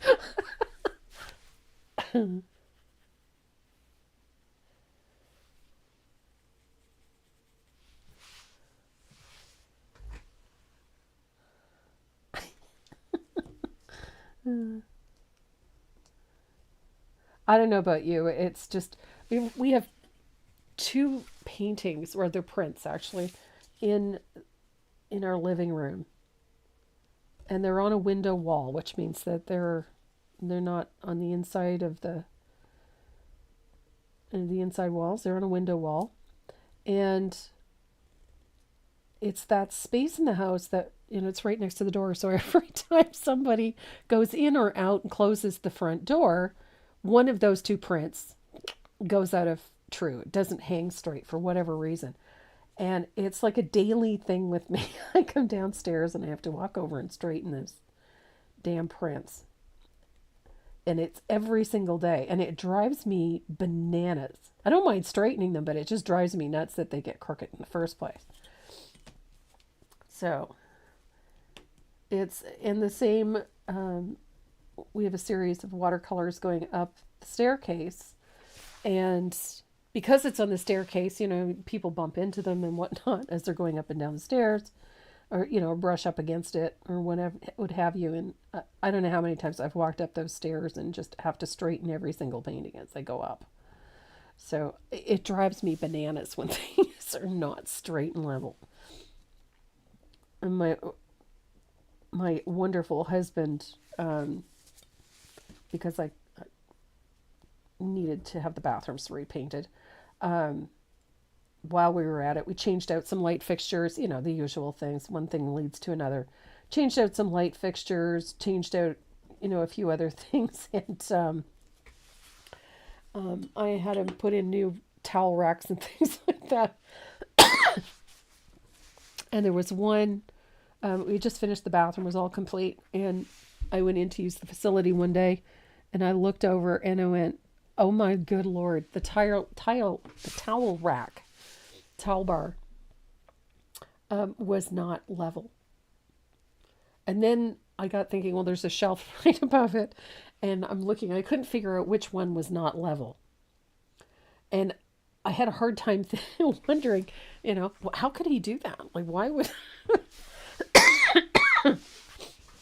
My husband is, the man walks around with a level. So, yes, he came upstairs immediately with his level and checked it. And sure enough, the towel rack was not a lot, but a little. But it stood out, like I said, like a bear on a bicycle. Because, that kind of thing just drives me nuts. But he's worse. It bothers him more than me.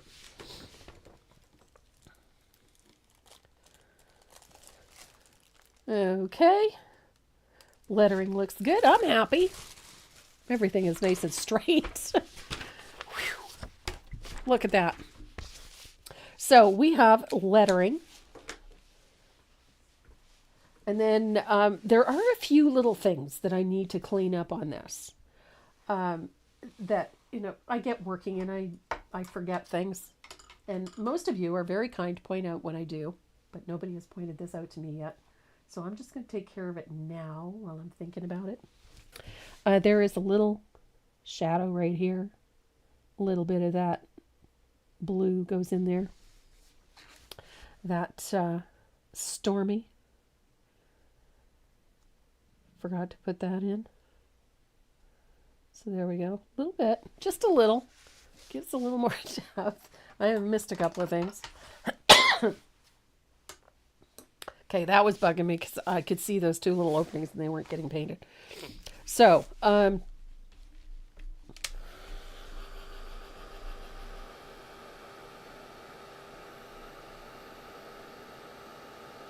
now, Karen, that's a great idea to use those command strips. That's a great idea. I hadn't thought of that. I don't know that it will help because nothing seems to. I have those little silicone feet on the back of the frames to keep them from doing that, and they still do it. So I don't know what the answer is. Okay, so one of the first things you have to do with lettering like this, and I prefer to do it at this stage rather than after, is putting in some shading. One, it makes the lettering stand out very, very nicely. It gives it a little more depth, and depth is what we're looking for with this. So we have the honey and we have farm fresh. I'm going to use a little bit of asphaltum And we're going to shade the right side of every letter, every opening, like so, with a little float of asphaltum. If it doesn't stand out dark enough, you can use a little bit of soft black or a little bit of lamp black with it if you need it a little darker, which I think I do because this is not standing out well. So there, I just mixed a little bit of thinned lamp black with some asphaltum. That's better. And it's just a little float. Don't overthink it. It doesn't need it. It's just a little shadow. Tuck that in. Neatness doesn't really count. Nice little shadow on the right side. Don't forget. All those little, the ends also cast a shadow, so you gotta get those. Little float. Look at that. Inside the S, down the right side, and inside of the bottom of the S.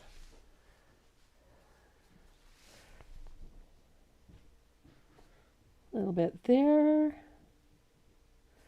Top and the left or the right side. If it gets a little much, don't forget, go back in, just tap it with your mop brush to soften. It's going to look a little sketchy, but it is going to make this lettering stand out quite dramatically. So if at any point you feel it needs to be deepened, go ahead and deepen it. So I've mixed just a little asphaltum with a little bit of that lamp black. Now, the honey down here, I'm going to do this a little differently. I'm going to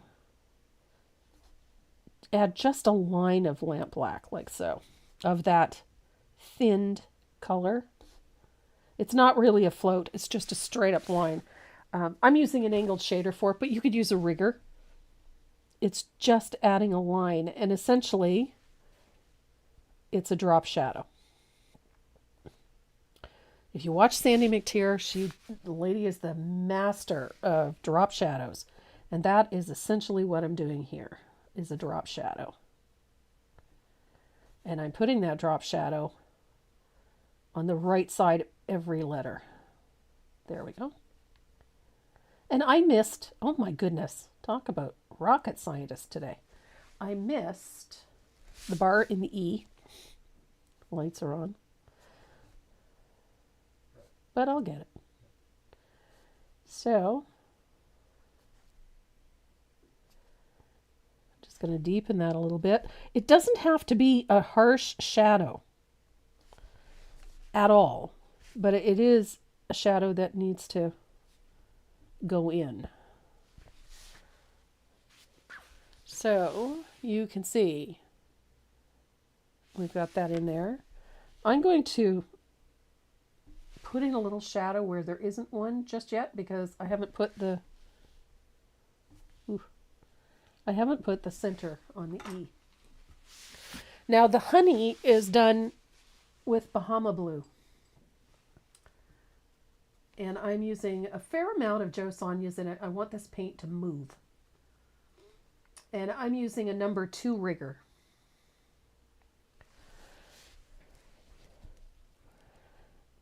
Now, to do these letters, you tap it flat and then you press down till the brush opens up and fills the space.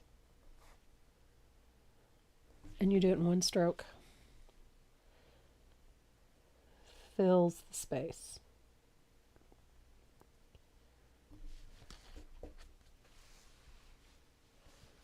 So I've got my 2 vertical lines done. The O.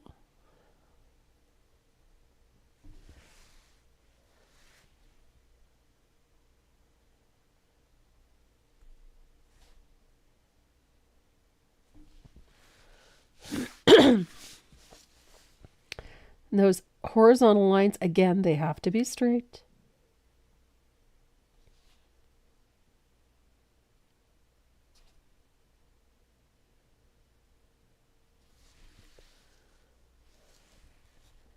And then there's that horizontal bar in the middle of the H. So when you've traced your lines and they're nice and straight, it makes it so much easier to paint them straight.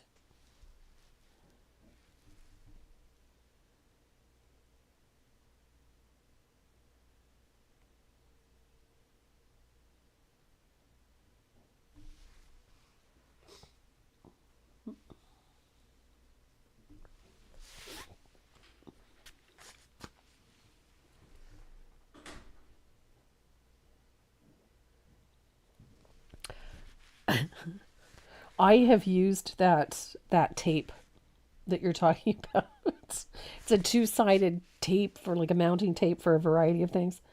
And I went to remove some, and it took several layers of the wall paint and even a portion of the drywall with it. It was awful. So I'm going to paint the vertical line on my N.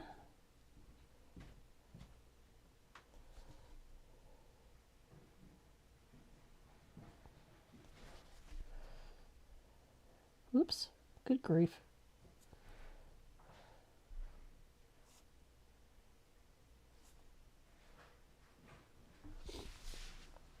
So it does make a world of difference.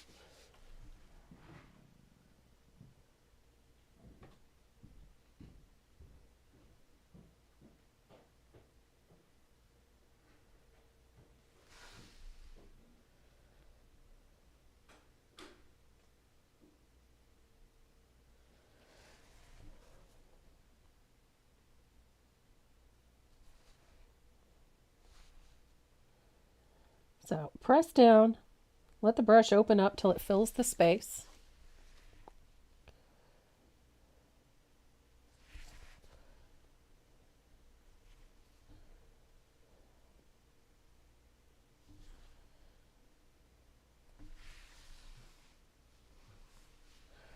I like this font.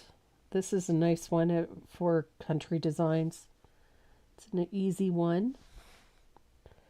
The name of it escapes me at the moment because my brain isn't functioning.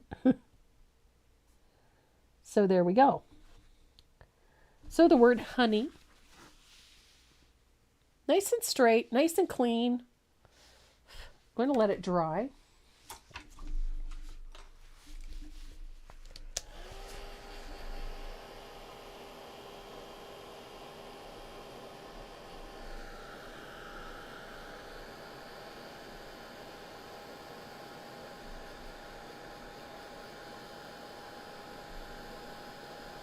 Hi, Kathleen. Welcome back. So I'm going to dry that real quick. Hi, Bet. Glad to have you back.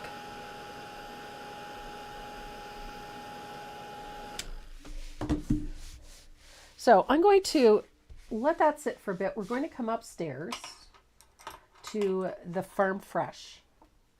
And I'm going to clear my palette here because I've got quite the mess on. And I need a clean palette, a little room to maneuver. And the color I'm working with, warm white.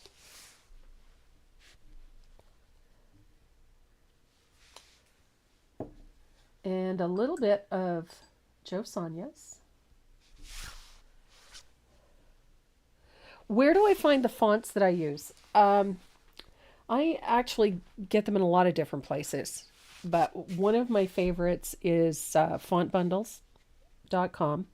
I use them a lot. I also use designbundles.com quite a bit. Whenever I'm designing with fonts, I make sure that I purchase the license to use them commercially. Some people don't realize that fonts are actually designed by someone. There is an artist or a designer out there that is creating them, and this is how they make their living. And so I have to respect the copyright for that, and I use them. That's why I will tell anybody. If you want to know what the font is that I've used, I'm happy to help you. More than happy to let you know where to go to get it. Some of them fonts vary in price. Some of them can be pennies. Some of them can be quite expensive. I have some that I've paid hundreds of dollars for, and others that were free or minimal investment. the idea of using a font straight off my computer, although don't get me wrong, computers have tons of fonts to offer. I prefer to purchase some because I think a lot of the time the ones that I purchase fit better with my design style, my designing style. So, and that's the reason. And so I look at buying fonts the same as I do looking at buying paint. It is just part of my process, and somebody has gone to the work to design them, so I purchased the license to use them. So I've thinned out warm white quite a bit. I want this paint to flow. I also don't necessarily want this to be fully opaque. It doesn't need to be. And so the same process applies. I'm going to pat my brush till it's nice and flat. And then I'm going to press down on my brush till it fills the space. And I draw the line.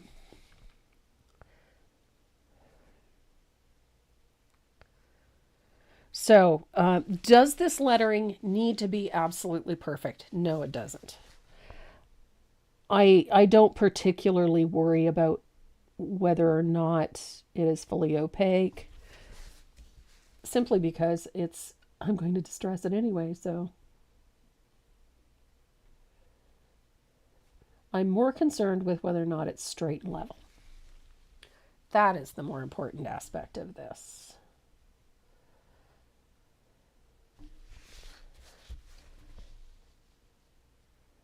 And I like the sort of rustic, imperfect look that doing that one coat, letting the brush marks stay. I like that look. It works for this type of design work. And so I'm not necessarily going to be too worried about whether or not everything is absolutely perfectly opaque.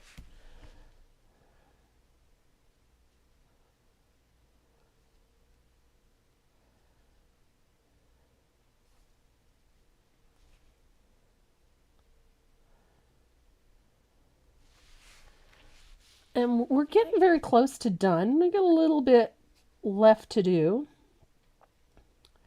But I'm going to finish out this lettering. Get a little bit of antiquing to do. And we have a bee to paint. And I took my line drawing off because I don't need to have it in place to put the bee on. I can pick and choose where the bee is going to go. I can decide if it's going to be one of these dimensional types, and I can choose where I want to place it. And that, for the purposes of this particular piece, can be almost anywhere, because the bee is not the focal. It's just something else to draw your attention in. It's another tool, another portion of the design element. And it's in keeping. I don't think I could go without a bee. I think it needs to have a bee.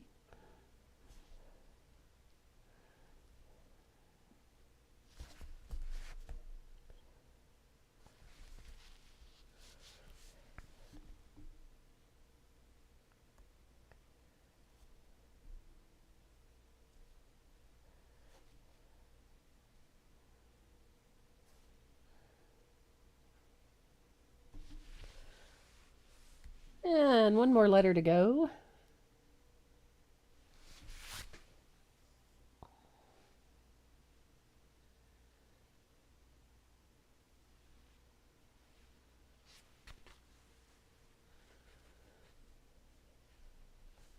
Yes, I agree, Charmaine. It does need to be there.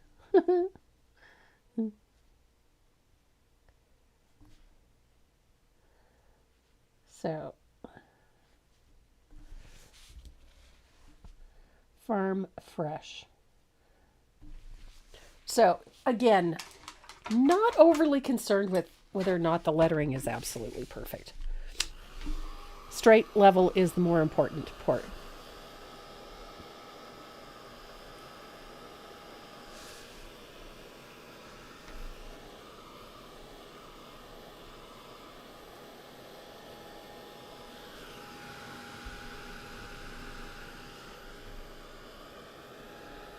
Here we go. So I'm going to make sure that this is well and dry. We're going to do a little bit of distressing and a little antiquing to this. And then we're going to paint a bee.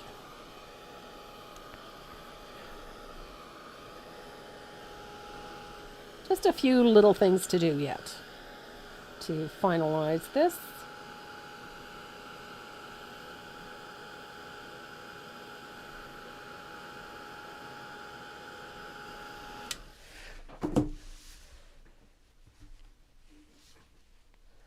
Okay. So I have little sanding discs. I like these ultra fine sanding discs. There's make sure that's all dry. I'm going to sand this lettering vertically, which means I'm just going to scrub very carefully. Same direction that I sanded everything else. And I want to wear through the lettering in a few places. There we go. And I'm going to remember high-tech applicator. I'm going to get that wet. I'm going to wash the dust off. Comme ça. So now I have, the lettering is a little worn in places. It softens the overall look of the lettering, but it's worn in places. It shows some of the surface and sort of binds the lettering to the surface. But right now it's looking a little peaky. So I need to ground it. And to do that, I'm going to use a little bit of asphaltum. So a little bit of asphaltum. And I'm going to put a float of asphaltum across the bottom of each letter, coming about halfway up the letter. Doesn't have to be perfect, but this just antiques the lettering a little bit. And it's just a weak float. Doesn't have to be perfect. If it goes onto the background, that's okay. There we go. So it ages that lettering a little bit. Yes, we're doing a bee. And then I'm going to use a little bit of Stormy to shade the bottom of this lettering for the honey. And we're using the same concept. It's just a float, and it's going to come up the lettering a little bit. Now, it is not easy to float that tiny spot, so what you're going to do is just tap and pull. Little color at the base, tap and pull. Use the chisel edge of your brush. It's just to put a little color at the bottom of the lettering. Tap and pull. Like so.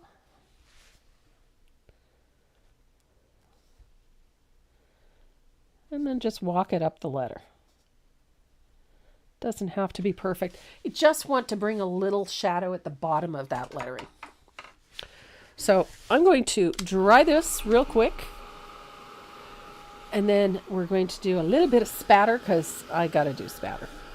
It's essential. And then we're going to paint a bee.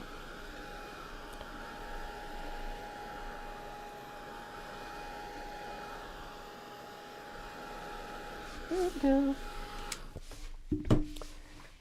So for spatter, I'm using my fugly brush.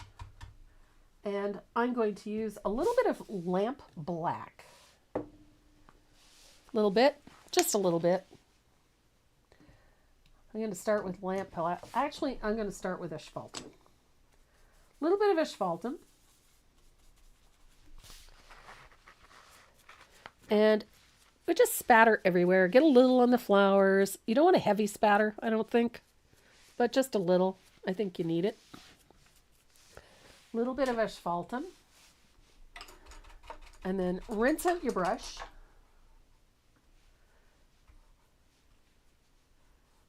And I'm going to take a little bit of warm white. I think you got to have warm white. It just keeps things from looking a little too heavy. So a little bit of warm white. I like me some warm white. Look how fun that is. A little bit of warm white. And then rinse out your brush one more time and a light spatter of lamp black.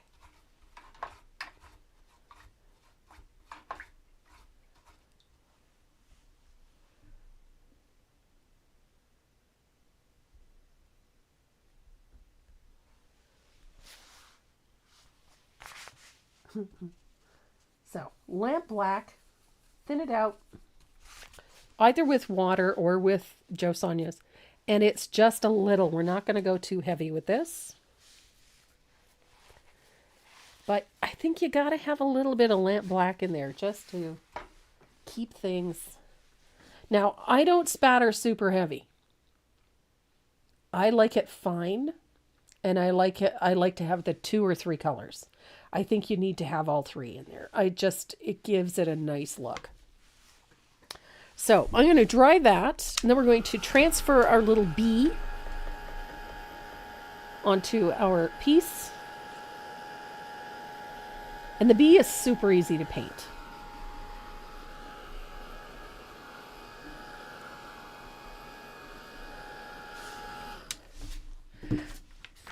Now, when I painted the original, I used one of these little wooden bees. I really like them. I just think this is super cute.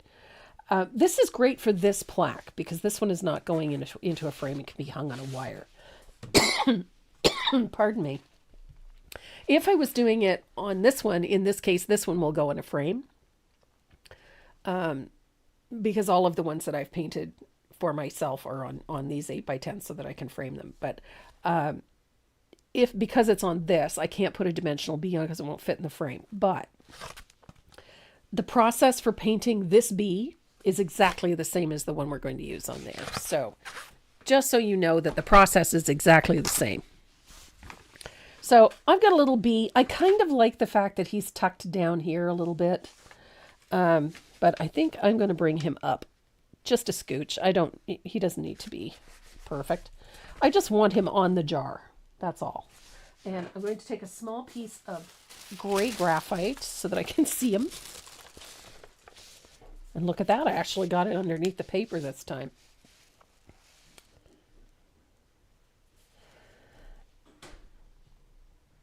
And then I'm just tracing this little fella with the red pen. That way I can see where I've been, and that way I don't miss anything. And I'm going to put this little fuzzy butt bumblebee in. I'll have a quick look. Perfect. There we go. And I'm going to put my red pen away, and I'm going to grab my black pen because we're going to use that next. Now these little guys are fun to paint. I love painting these little bees, which probably explains why they end up in so many of my designs. But I'm going to base the wings with warm white, like so. Nice coat of warm white. Am I concerned about graphite lines? No. Not even a little bit. So wings are warm white. Hi, baby. What are you doing? Is she tired yet? No.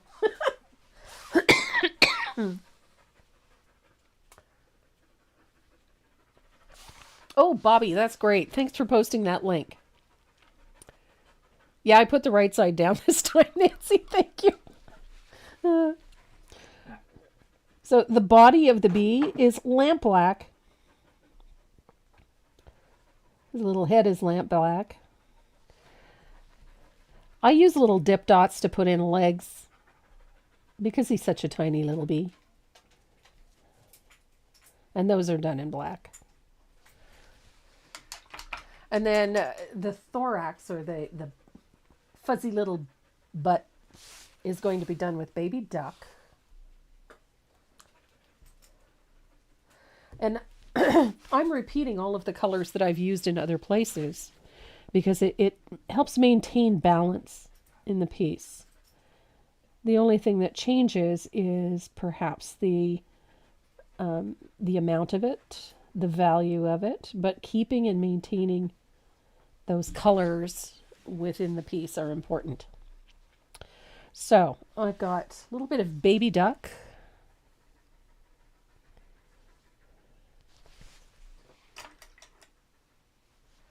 And I'm going to dry this real quick.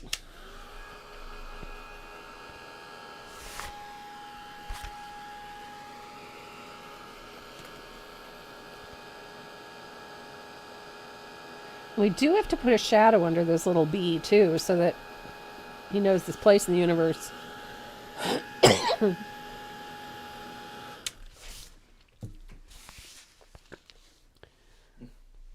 Maze sounded like an elephant coming down the stairs. Oh, and she was quiet this time.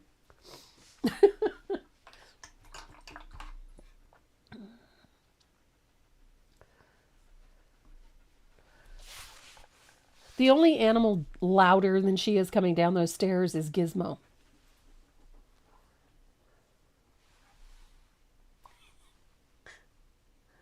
Yeah, I think you wore out. Good.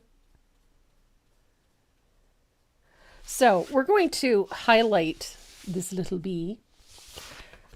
Now, the black portions of the bee get a float of warm white on the highlight side. And that's what separates the segments on this bee. So a little float, warm white for the top of the head.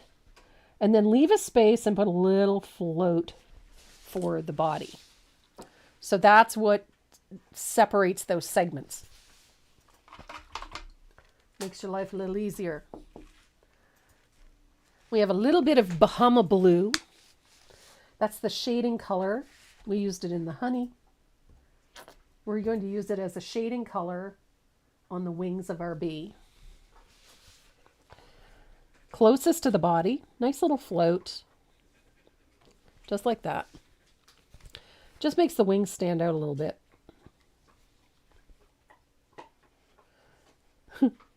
She'll chew, chew, chew, and then pant, pant, pant.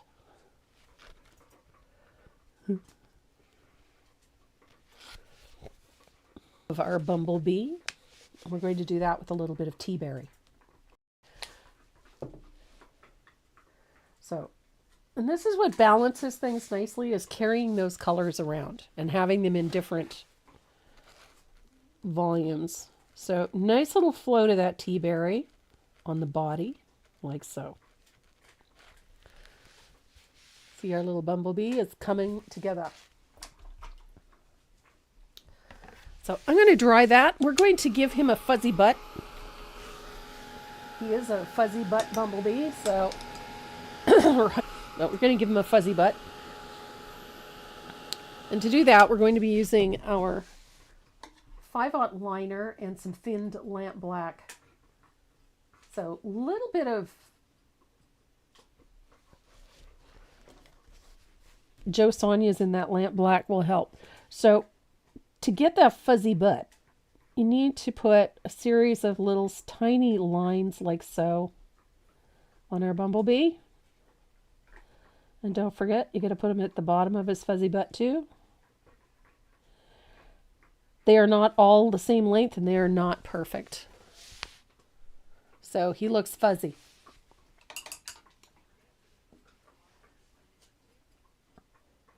And then we have to highlight our bee. I'm going to put a little stroke of white on the top of his head. Again on the thorax, just a tiny little stroke, doesn't need to be much. And then you're going to add a few fine strokes of that warm white to the highlight side of that fuzzy butt. Whenever I say the highlight side, I'm referring to the side closest to the light source. In this case, our light source is up here on the upper left. And so all of our highlights are going to be on the upper left. All of our shading is going to be on the lower right, away from a light source. So we've got our highlighting in. I'm going to dry that really well because we're going to do a little bit of finishing work with our gel pen. I love my gel pen.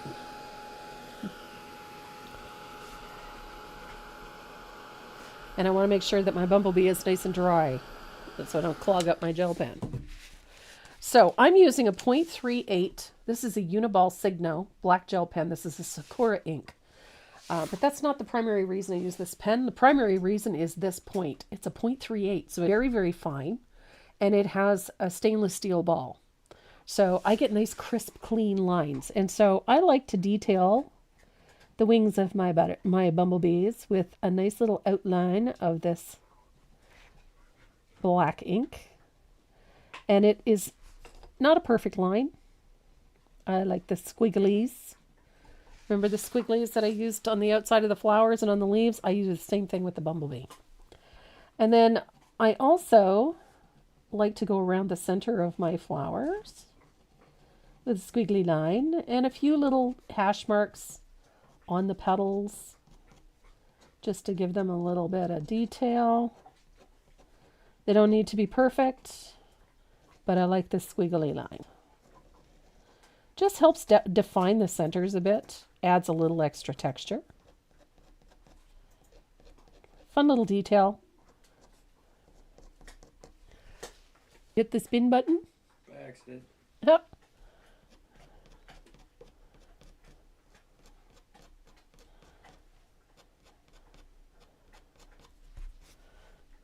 Oopsie. Renee's trying to get that. I got the names on there. And 220 of them. Nice. So whoever gets their name drawn today, don't forget to head over to the website, click on the little speech bubble, and send us a message with your shipping information. It will make my life so much simpler.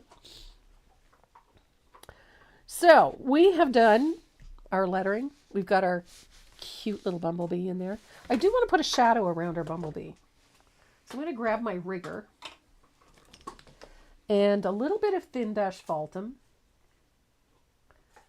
And I'm going to put a little line right here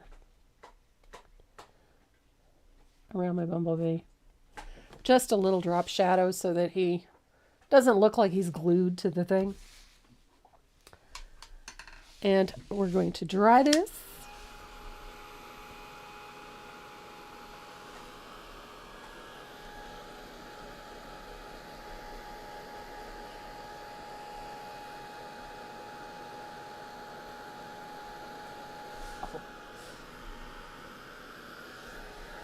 There we go. I think it's all dry. So now you have the two methods to paint this. The little bee, we've got this one. It's the very same process to paint this guy as it is to paint that little guy.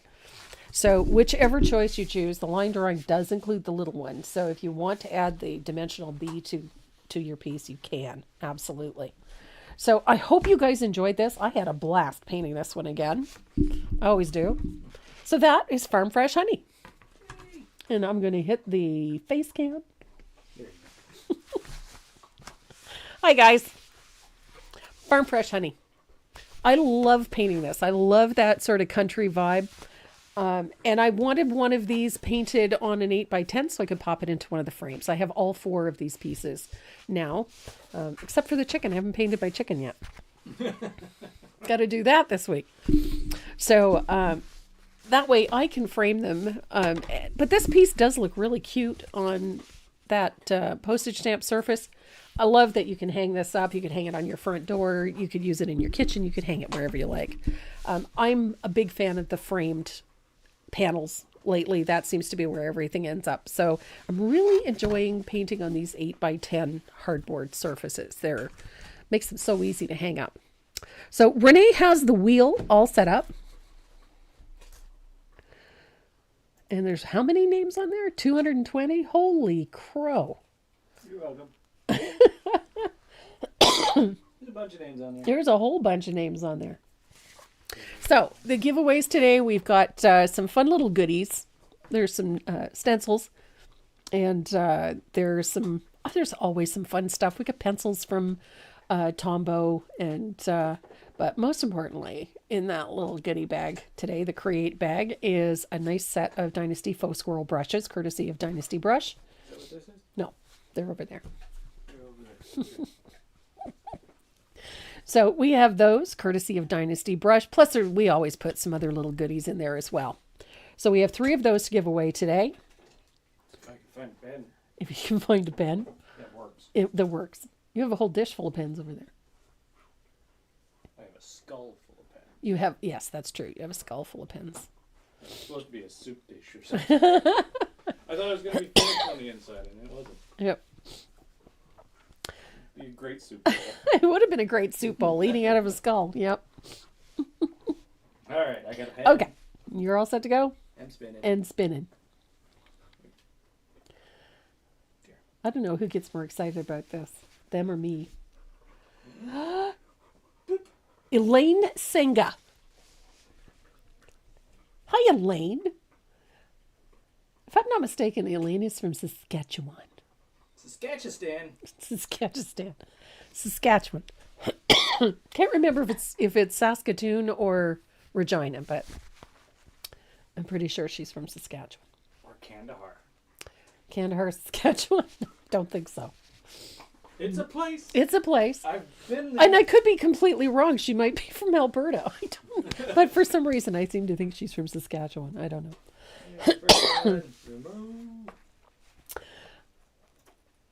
And number 2. And Elaine, I do believe I have your shipping information. Oh, I can't see that. Valerie Clemens. Clemens. Awesome. I know that there's a little lag time. We see it before you guys do.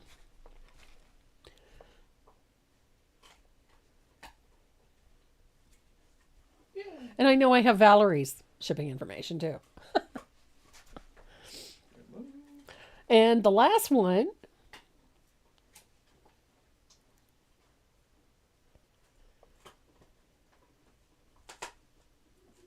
Good heavens. Diane Play. Awesome. And Diane, I know I have your shipping information. There we go. Awesome sauce. Well, that's it for us again this week, guys. Thank you so much for joining us as you do every Saturday. We appreciate you so much. If you are not subscribed to my YouTube channel, please do so. Head over to the YouTube channel, click on the big red subscribe button and turn on bell notifications so that you know when we go live and whenever we post a new video. And you can watch us every Saturday at 12 noon Eastern Standard Time on Tracy Morrow Live on our Facebook feed.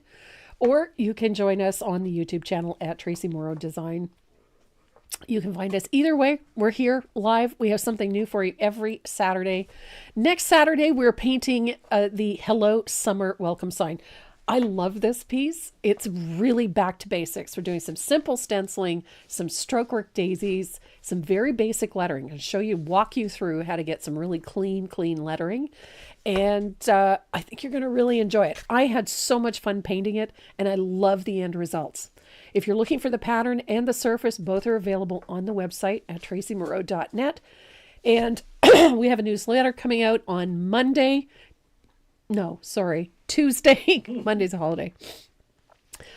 Tuesday, you'll get a new newsletter, and we put a coupon code in our newsletter for those people that are registered or subscribed. So if you're not subscribed, please think about it. I only do it once a week, so you're not going to get lambasted with a bazillion emails.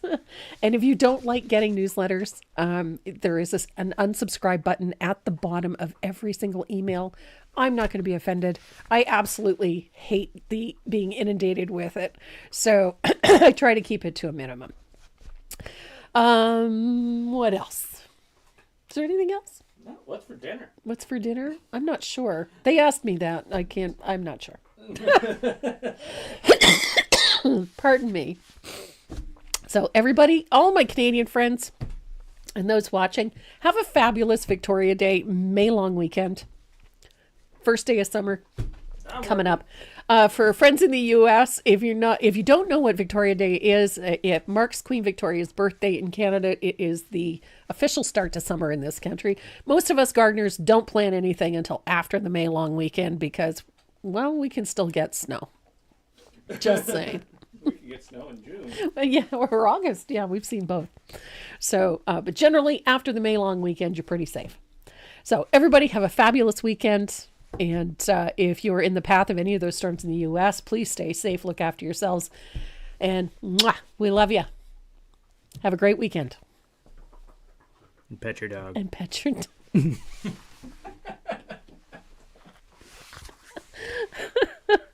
He's going to be the death of me.